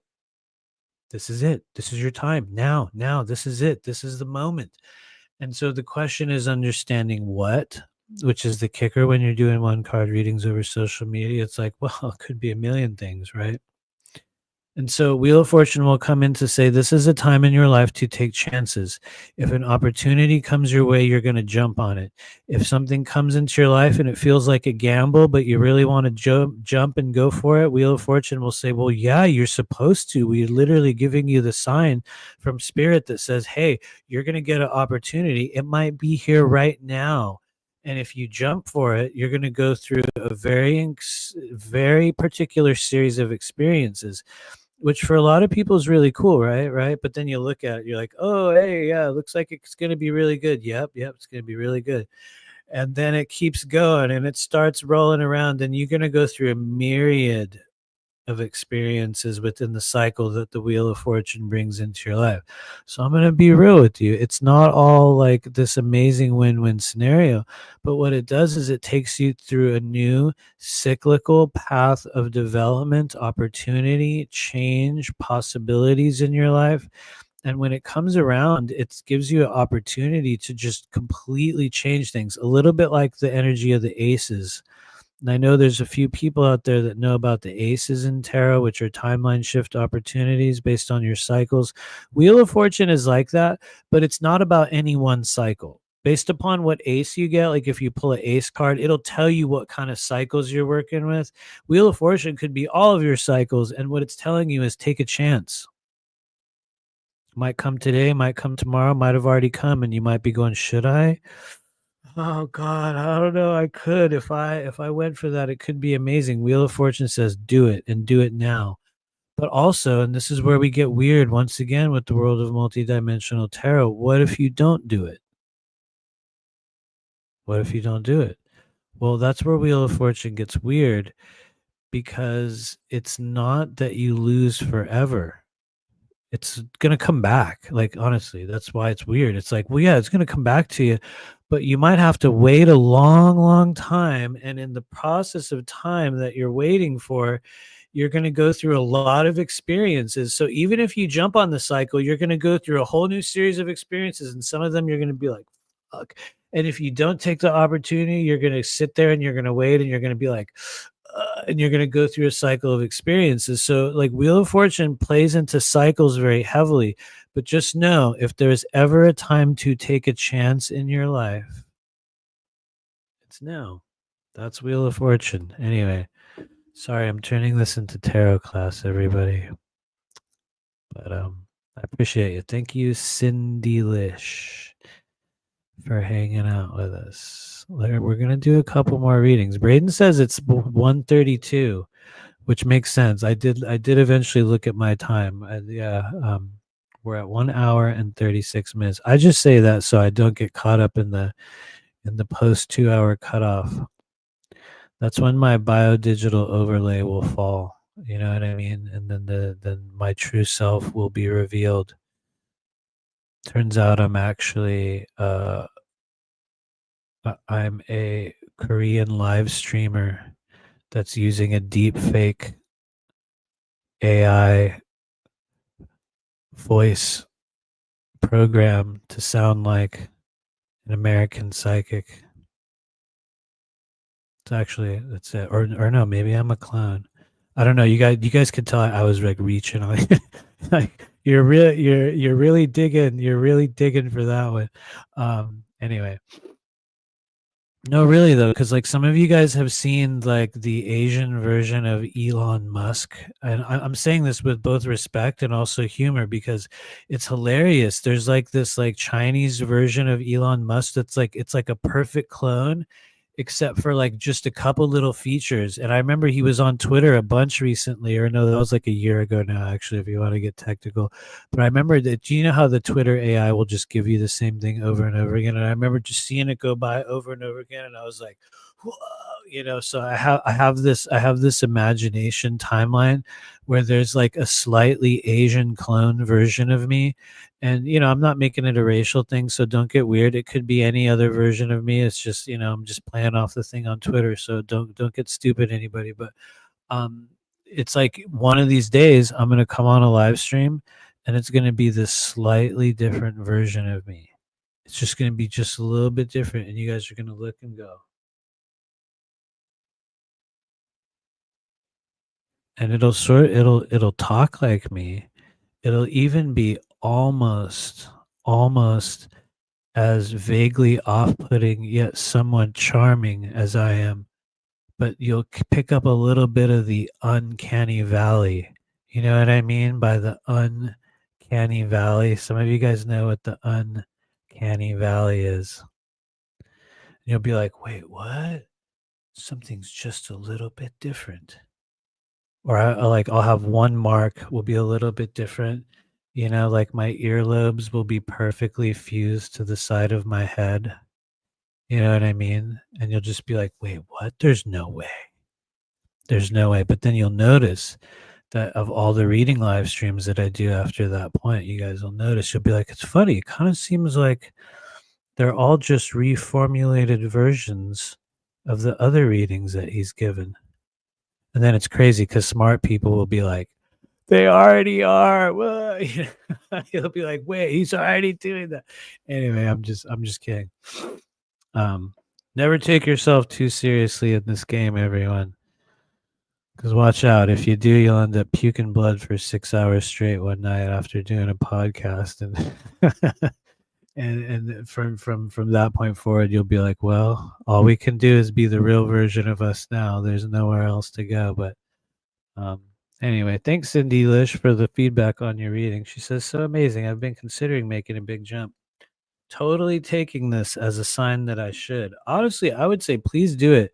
We are at the stage, like I was saying earlier, I was trying to be more articulate earlier. It takes me like 2 hours to speak properly, but this is the season for dramatic individuation from a herd, from a soul group, from a tribe. This is the time for all of us in which it's like the world needs the true version of you, not the associative play, like play along to get along, like, okay, let's follow the narrative, because if I don't, they won't come to my thing and I won't get invited to their thing. And it's like, no, that game is over. It is time for raw, brazen authenticity, and maybe carefully chosen versions of that. The carefully chosen version. All right, we're going to do a reading before I get pulled off. It was Felicia Asherbrander. Where'd she go? She was around. Somebody came out with all caps and they distracted me. I can't find your question, Felicia. I'm sorry. The chat stream is too long, but I will pull a card for you. I can't even find any of your comments to put you on the screen. There we go. Boom. She says brown reptilian, almost sand colored, came to me when you said that. Hopefully he's a good one, and I mean that sincerely. I would say all of the reptilian energies. Well, no, I shouldn't say that. The most interactive reptilian energy that I've encountered in this human life has been what I would call true neutral, meaning that they had no desire to destroy, and it was more based upon the vibration of the beholder. So I would like to think that you, being a person that holds a very natural, organic, high vibration, probably encountered the good version of that energy, Felicia. And I mean that sincerely. I think that's one of the often less talked about things that you'll notice about what we might call a truly neutral form of consciousness, meaning it's not here, it's not like of the light, quote unquote, and it's not of the dark. It's like, what we might call in the gray or within the middle, or a true neutral consciousness will be based upon whatever the highest emotional quantity is within the beholder. So it's going to be based upon who and what you are. And if as you encounter certain forms of energy, if you're in that higher vibratory state or an open heart state, you're going to experience that version of it versus, otherwise. And in some cases, you're going to get something very, very different. But I think a true neutral energy oftentimes will present itself through the alignment of the beholder, which would make sense if you're truly going to have access and interface with a multidimensional energy. You're going to be able to need to match vibratory states, at least on an incremental level. And I say incremental level because the human physical body is, it's capable of incredible things, but we can only hold a mere infinitesimal fragment of the amount of multidimensional vibratory energy needed within this physical body that a lot of these beings are just holding within themselves naturally, what I mean? So anyway, you guys kind of get where I'm going. I don't want to get pulled off on a tangent, but I hope it was a good one. Here we go, Felicia. Let's pull a card for you.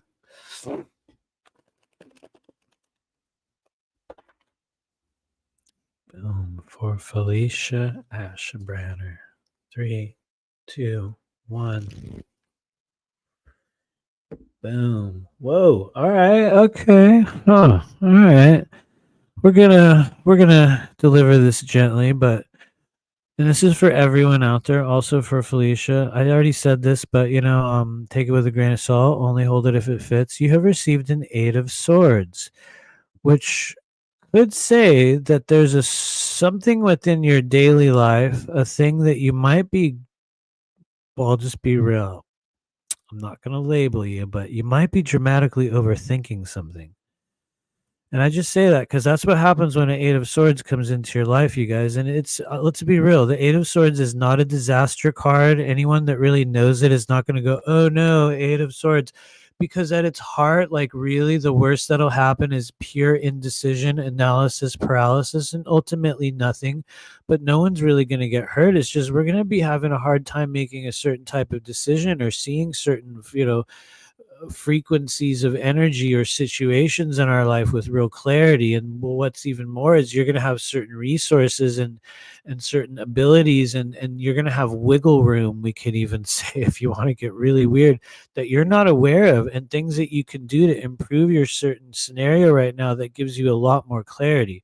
There's something that the Eight of Swords shares with the Two of Swords, and a lot of you guys can see the symbolism in that both of them had their eyes bound. But what that means from a more symbolic perspective is that there's often something of relevance within your current environment that you just haven't seen yet.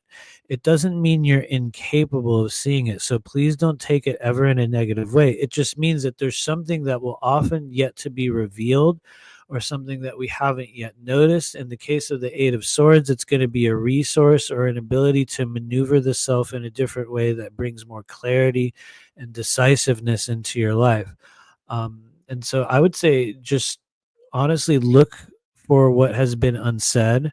I would say look for resources that you're not aware that you have, which is hard because usually when we're not aware that we have something, it's like, well, I didn't know I have it. You don't know what you don't know, right?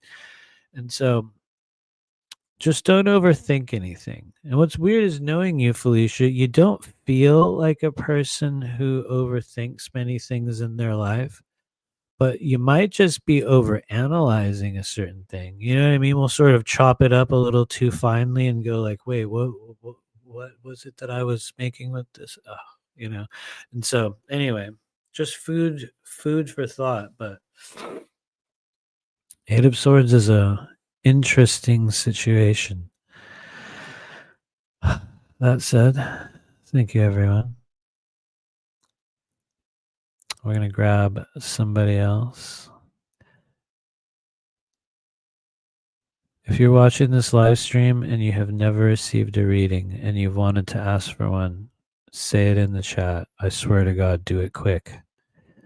Do it now while I scroll through. What's up, Tanya A? She says, I did a 40-minute decide on that podcast incident in which I determined and proved who the perp was. Well, I'm not sure for what you're referring to, but I'm glad that you figured out who it was, and I mean that very, very sincerely. Very, very sincerely. Every now and then, certain things shall be revealed. Jason H says they did that in King of the Hill. They probably did. Andromeda says China is the Earth's enemy. Is it? I don't know. Maybe. I don't know. Maybe this is dumb, but I don't feel at truly odds with any countries or any people anymore. And I'm not saying that from this like this ascended I'm not saying it from a 5D ascension perspective.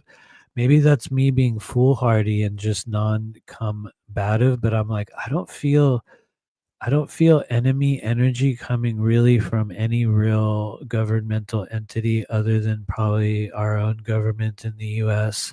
I mean, granted, there's evil all over the world. It's just to me that's sort of like the greatest concern, and maybe China is. Maybe they are. It could very well be true. I'm not a very political person. However, I do. Maybe I am. I don't know. Christy Campbell, how's it going? She says you're a spy. Oh Lord. Oh God, I'm a spy mantis healer.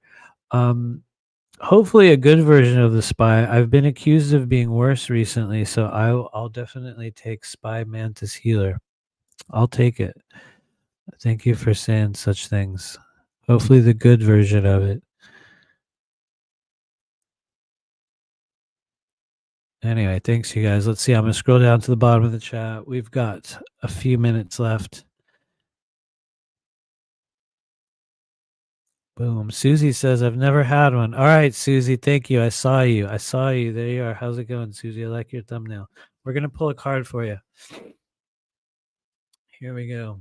Thank you for showing up. Every now and then, I just think it's good to gather some new people. So thank you for everyone else that's hung out here many a time. Every now and then, we're going to give a few new people a chance. And so, anyway, thanks for being here, Susie. Take a deep breath, 18 seconds after you hear me say this.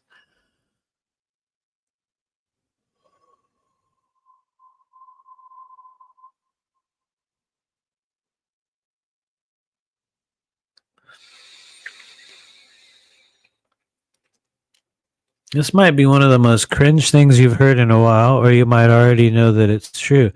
You're already getting a tremendous amount, or from, let me preface this with, I believe, based upon, the very short burst of energy that I'm perceiving of you over this YouTube live stream.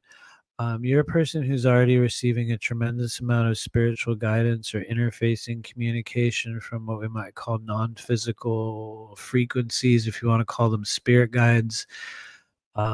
If you want to call them people that have passed on and left the earth plane, probably a lot of your ancestors have spoken with you within your head recently, or people that have passed on, maybe it depends upon your age bracket. But um, you're a good example of a person, I would say, from an empathic perspective, if you started working with your crown chakra, the energy center at the top of your head, and probably also with the energy center at the bottom of your feet, which has many names, but the most common term you'll hear for it is the earth star.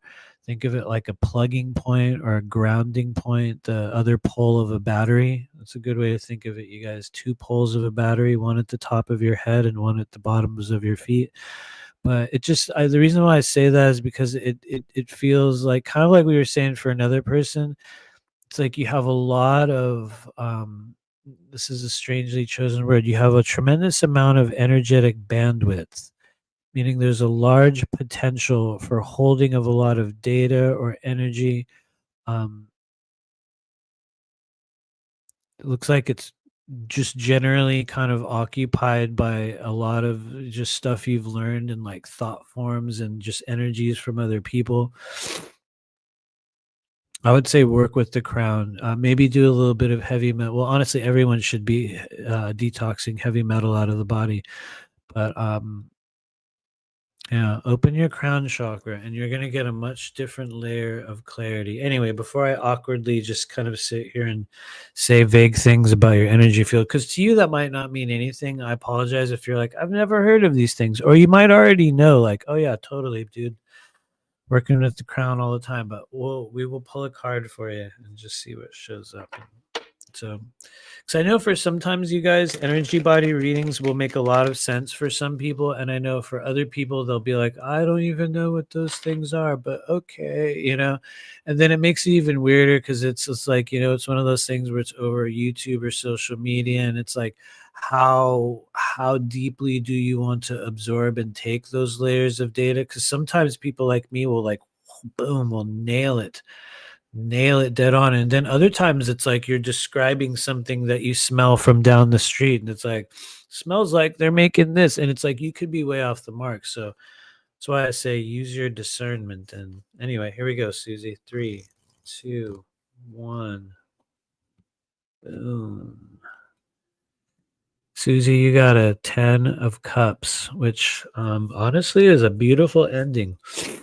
It's a beautiful ending. It's I wouldn't call it a final ending. And some of you guys have heard me say this 100 times. If you haven't heard me, this will be the first time.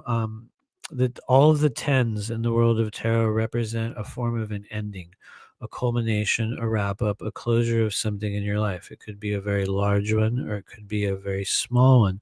But when the 10 of cups shows up, it's probably the best ending to a scenario or a moment or a time period, or maybe even just an hour of your day.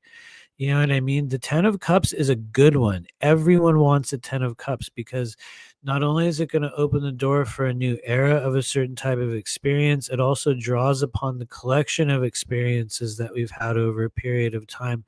And honestly, it's a little bit like the ending credits of a movie that's very happy and everyone's like, I love you, I know, I love you, you know, those moments. And if you're willing to cultivate those type of things in your life, like maybe sometimes, if let's say if you're in the US and maybe you're having the current holiday experience, you might be in a 10 of cups scenario because you would be reminiscing upon the past, you would be connecting in hopefully the joy of the moment, which I know is a very loaded bag. I'm describing many things, but the 10 of cups is, I would say, one of the best closures you could have. So even if it's just the end of your week, you know what I mean? Please understand that you have positive closure around you right now. So don't be afraid of anything ending, stopping, running out, closing. Even if it does, it's going to open the door for a new era. Just be mindful of what you're carrying from the past. That's the only downside to this. You could just carry junk from the past into a new era. Just don't carry any old baggage. And this will be a weirdest statement. Be sure to wash out all your cups. You'll be like, "What? Huh?" Maybe not. But anyway, thank you. Thanks for being here. We're going to grab a couple other people here, all in a row here. We also have Lisa DiMartino. Hello, how's it going? I've seen your show and I do recall you. Good to see you. Thank you for being here. We're going to pull a card for Lisa DiMartino. After that, we're going to do Rocks Girl and maybe one other, just because I just see your thing. So boom, there you go. And oops, I just moved past your name, but there was another person we might get. But anyway, here we go. This is for Lisa DiMartino. What needs to be seen or heard?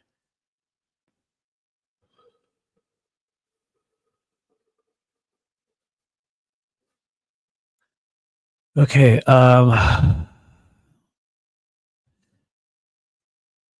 From the perspective of clearing up waves of energy from the past or the shadows, the elements of previous self, that you've done a really good job in sort of removing the echoes of past trauma and the layers of difficult energy that still kind of show themselves in your internal journey. You've done a really good job on that. I say that because it feels as though there's someone that needs you to be congratulated, not because I have personal knowledge of it, just because as we turn to the page in your book, it's like something about she's due congratulations for the layers of energy that she's opened and realized, for the understandings. And this might sound even crazier, for a corkscrew kind of channel of energy that you activated over like maybe the past year or two, that's bridging you with data from previous lives. You guys have heard me talk about it before. The name of it's not that important. What it does is important, but in traditional Chinese medicine, they call it the Chong Mai, or also known as central thrusting vessel. And it's sort of like one of the secondary or extraordinary meridians. And the only way I know about it is because I experienced the upsurge of energy from that area within my body a few years ago. And when it ends up working its way up your spinal column, it comes out of this place in the back of your head that a lot of people call the bindu. It's got a number of other names. Doesn't matter what the name is, but it's this portal that opens up in your energy field when you begin to connect with other versions of yourself on alternate timelines, or you start to download data, like non-local data or knowledge, into the body. And so I might be reading too deeply into it, but it seems as though you've done a really good job of opening that pathway, which I guess if you want to get technical would mean that you're really good at reading other people's past lives. Because for a lot of us, when you're looking at like, where do I get past life data from? Not all of it, but a lot of it will start streaming into the body naturally when you open up certain, like, just kind of little openings within the energy body. And it's different for everyone, but and so congratulations, you're connecting with multiple different versions of yourself in time and space. It's literally not made up. Um, Maybe you already know that. So you're going to be like, I know, dude. But here's a card. And 3, 2, 1, boom. Congratulations. You have the lovers. Man, it's a can of worms, let me tell you. And so the cool thing about it is it represents something a little bit different for each and every person who receives it. In your case, you're going to see this and have your own understanding of you and someone or just something in your life. And that's literally what it is. And so when it shows up there, what are we being asked to do? We are being asked to continue to unify and connect with what we understand as the divine masculine and the divine feminine in the way that it's being represented in our current life. And I think it's interesting because your thumbnail and also you because I've seen bits of your show before, you're literally doing a show with your husband, right? And so boom, they give us a card where it's literally you and a man and you're together in some way. And so it's not always about that specific thing. It can be about a lot of things. But when we say, what do we do with it? And the lovers comes in, first off, it's meant to congratulate people who are coming into new layers of cohesion or connection in terms of, like primary relationships, or like we said, divine masculine, divine feminine. From the perspective of healing the self, which where it takes a little bit of a different flavor, that's where you begin to redefine or you begin to come to acceptance in a very different manner of who am I as a divine masculine or feminine being. Like, what are the quantities of masculinity that I hold? What's the quantity of femininity that I hold?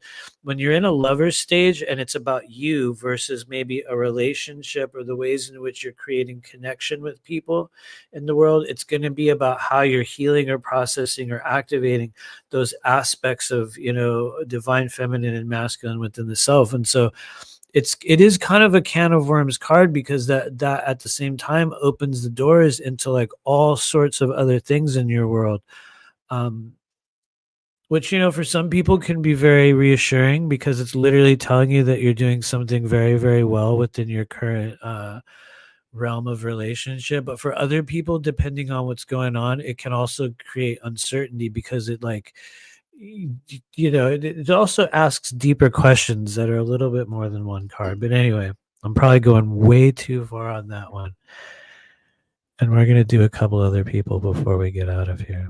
So thank you, Lisa D Martino. And I think the next one was Rock's Girl.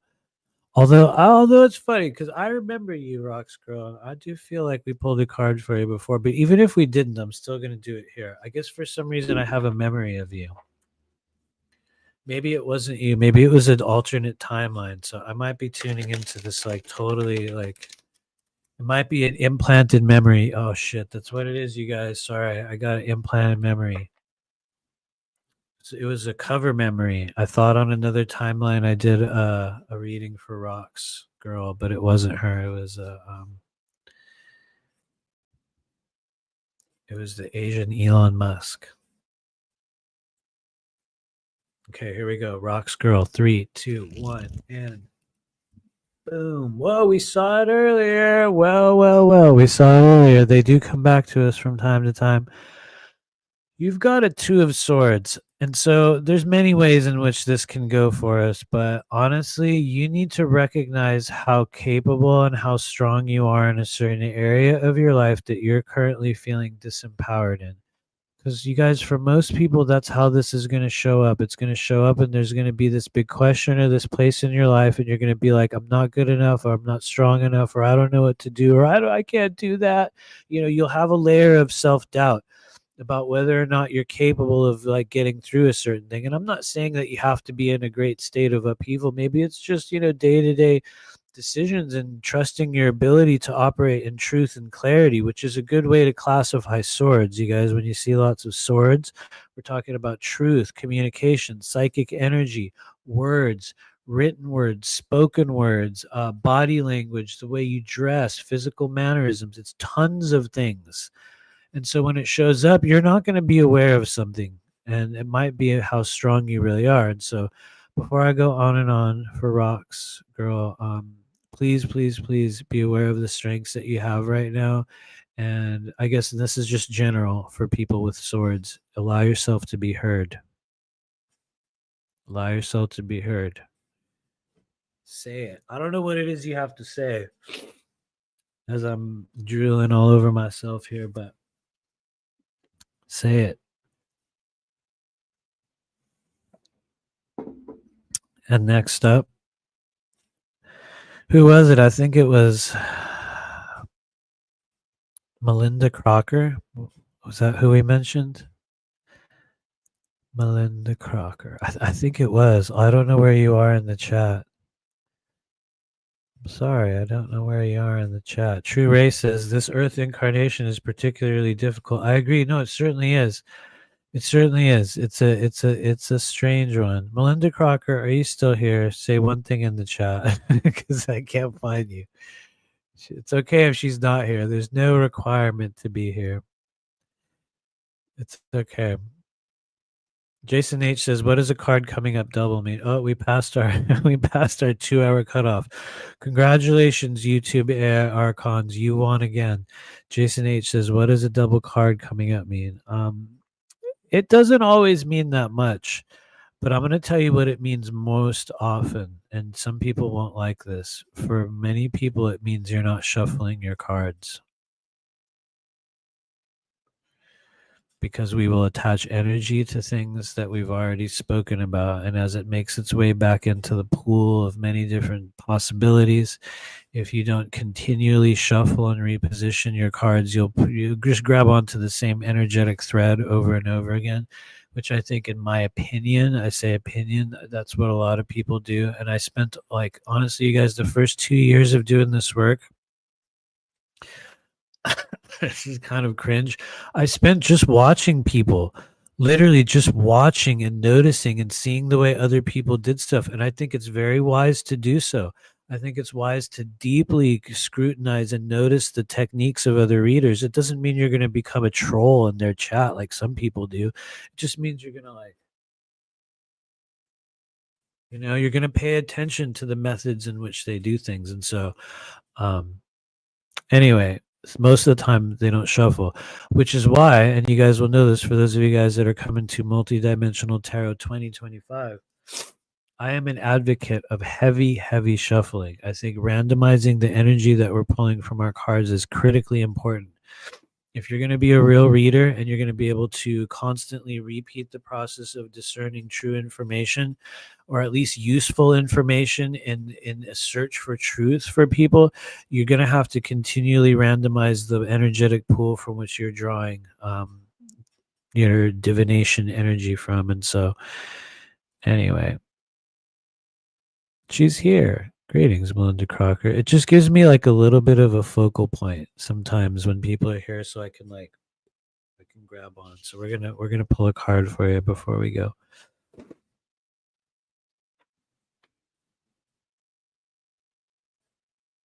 For those of you assisting Melinda Crocker. Who knows what it'll be? What if it's the same card as last time? That would be cringe, right, you guys? If it's like, what? It's the Lovers again? Wait, was the Lovers the last one? I don't know. Here we go. Ready? 3, 2, 1. Melinda Crocker. Boom. Oh my Lord. Look at it. Ladies and gentlemen, as I'm frantically wiping my nose in the background here. It's been a while since we had, like, the runny nose scene on YouTube Live, but Melinda Crocker, you got the most feared card in the world of tarot, one of the most misunderstood characters. It shows up and everyone's like,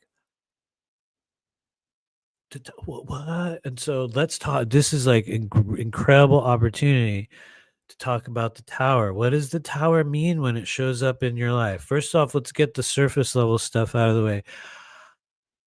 I say this with love and respect because this is merely a one card reading over social media, which means it could be dead on the mark. It could also be rather diluted and indicative of many things in your world. But you guys, traditionally, when the tower comes into your life, it's not telling you everything's going to fall apart. In fact, it's more of a food for thought because it asks you, and I'm asking you, Melinda Crocker, to search your world and look at anything you've been trying to put together or make happen or manifest or maintain, and you're trying to hold it up and you're trying to do it and you just feel it, you're like, I don't know, I mean, maybe, maybe, not everyone, but a lot of us have stuff like that. I do, you know what I mean? I'm not trying to say it's like this negative thing. We all build, like, what is it, like, um, houses out of playing cards, right? You know what I mean? And then the wind blows it and it's like, shit, everything falls apart. And so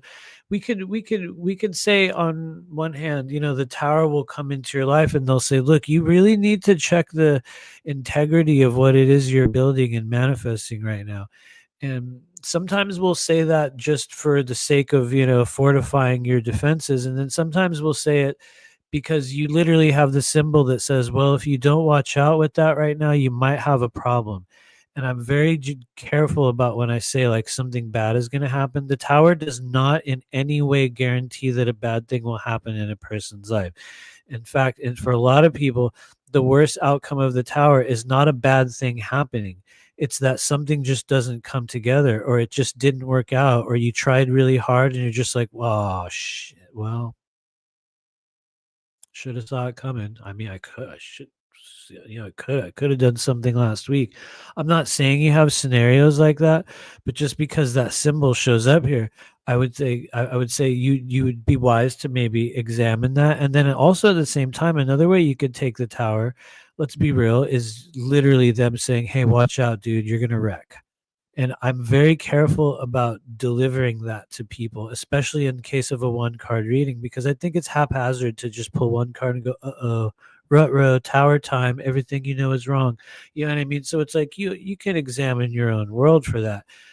Because every now and then the tower will come in and they're just like, look, dude, that's not going to happen. I'm sorry. And then we have to go through the difficulty of it. And so who knows? You might have a little bit of that. And then there could be the good version of the tower. Not that there's a good or a bad. Um, there maybe one of the easier tower outcomes. And that would be where they're saying, hey, hey, hey, get out now.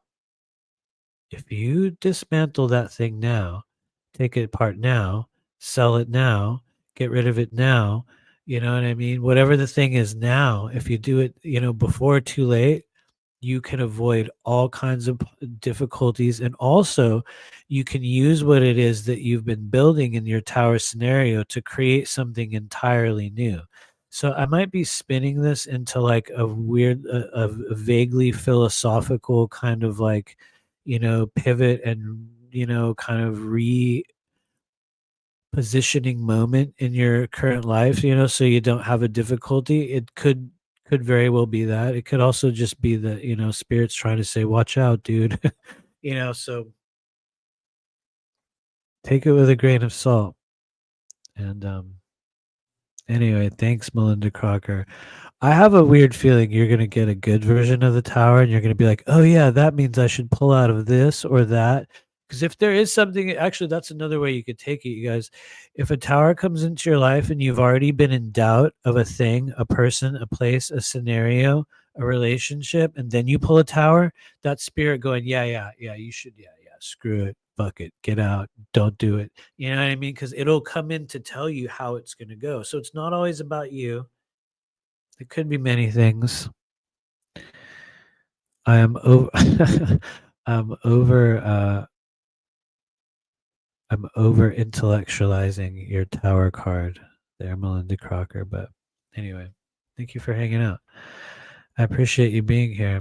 And for everyone else, you guys can book a private reading at rememberyourmission.com. A lot of you guys already know this, but yeah, this is the only work that we do, and so I'm not saying that you have to book a reading, but for those that want to go deeper, you definitely can. So please find us at rememberyourmission.com. It's the only work that I do. We will be back in less than a month. Why? Because I don't have much else to do right now, so we're going to do a couple more lives in the coming weeks, for better or worse. Also, it's just that time of year. And so look out for a couple more announcements in the coming weeks as we prepare to launch Multidimensional Tarot 2025. And then we have a couple other things kind of cooking up behind the scenes in terms of some intuitive training opportunities for the coming year that, in my opinion, are really, really cool. If you've enjoyed the subject matter that we've talked about here today, and if you found yourself uncovering those layers of information that we talked about, nearly 2 hours ago, you are definitely in the right place, in the right time, on the right timeline to make, I think, the coming year one of the most expansive in terms of how you perceive what is true and what is real, in terms of how you understand communication from spirit, in terms of how you understand intuition and just, the nature of this unseen world that we're all interacting with. And so, anyway, I want to thank everybody for hanging out here. We will see you in the coming weeks, in the coming days. Who knows when? But in the meantime, find us at rememberyourmission.com, and please hit the like button before you leave if you've not subscribed yet. Please do so. And if you've already subscribed, please, send out a sacrifice to the AI Archon gods that maybe we'll get to 7,000 subscribers in the coming months. Not that it even matters. What do you get for that? Nothing.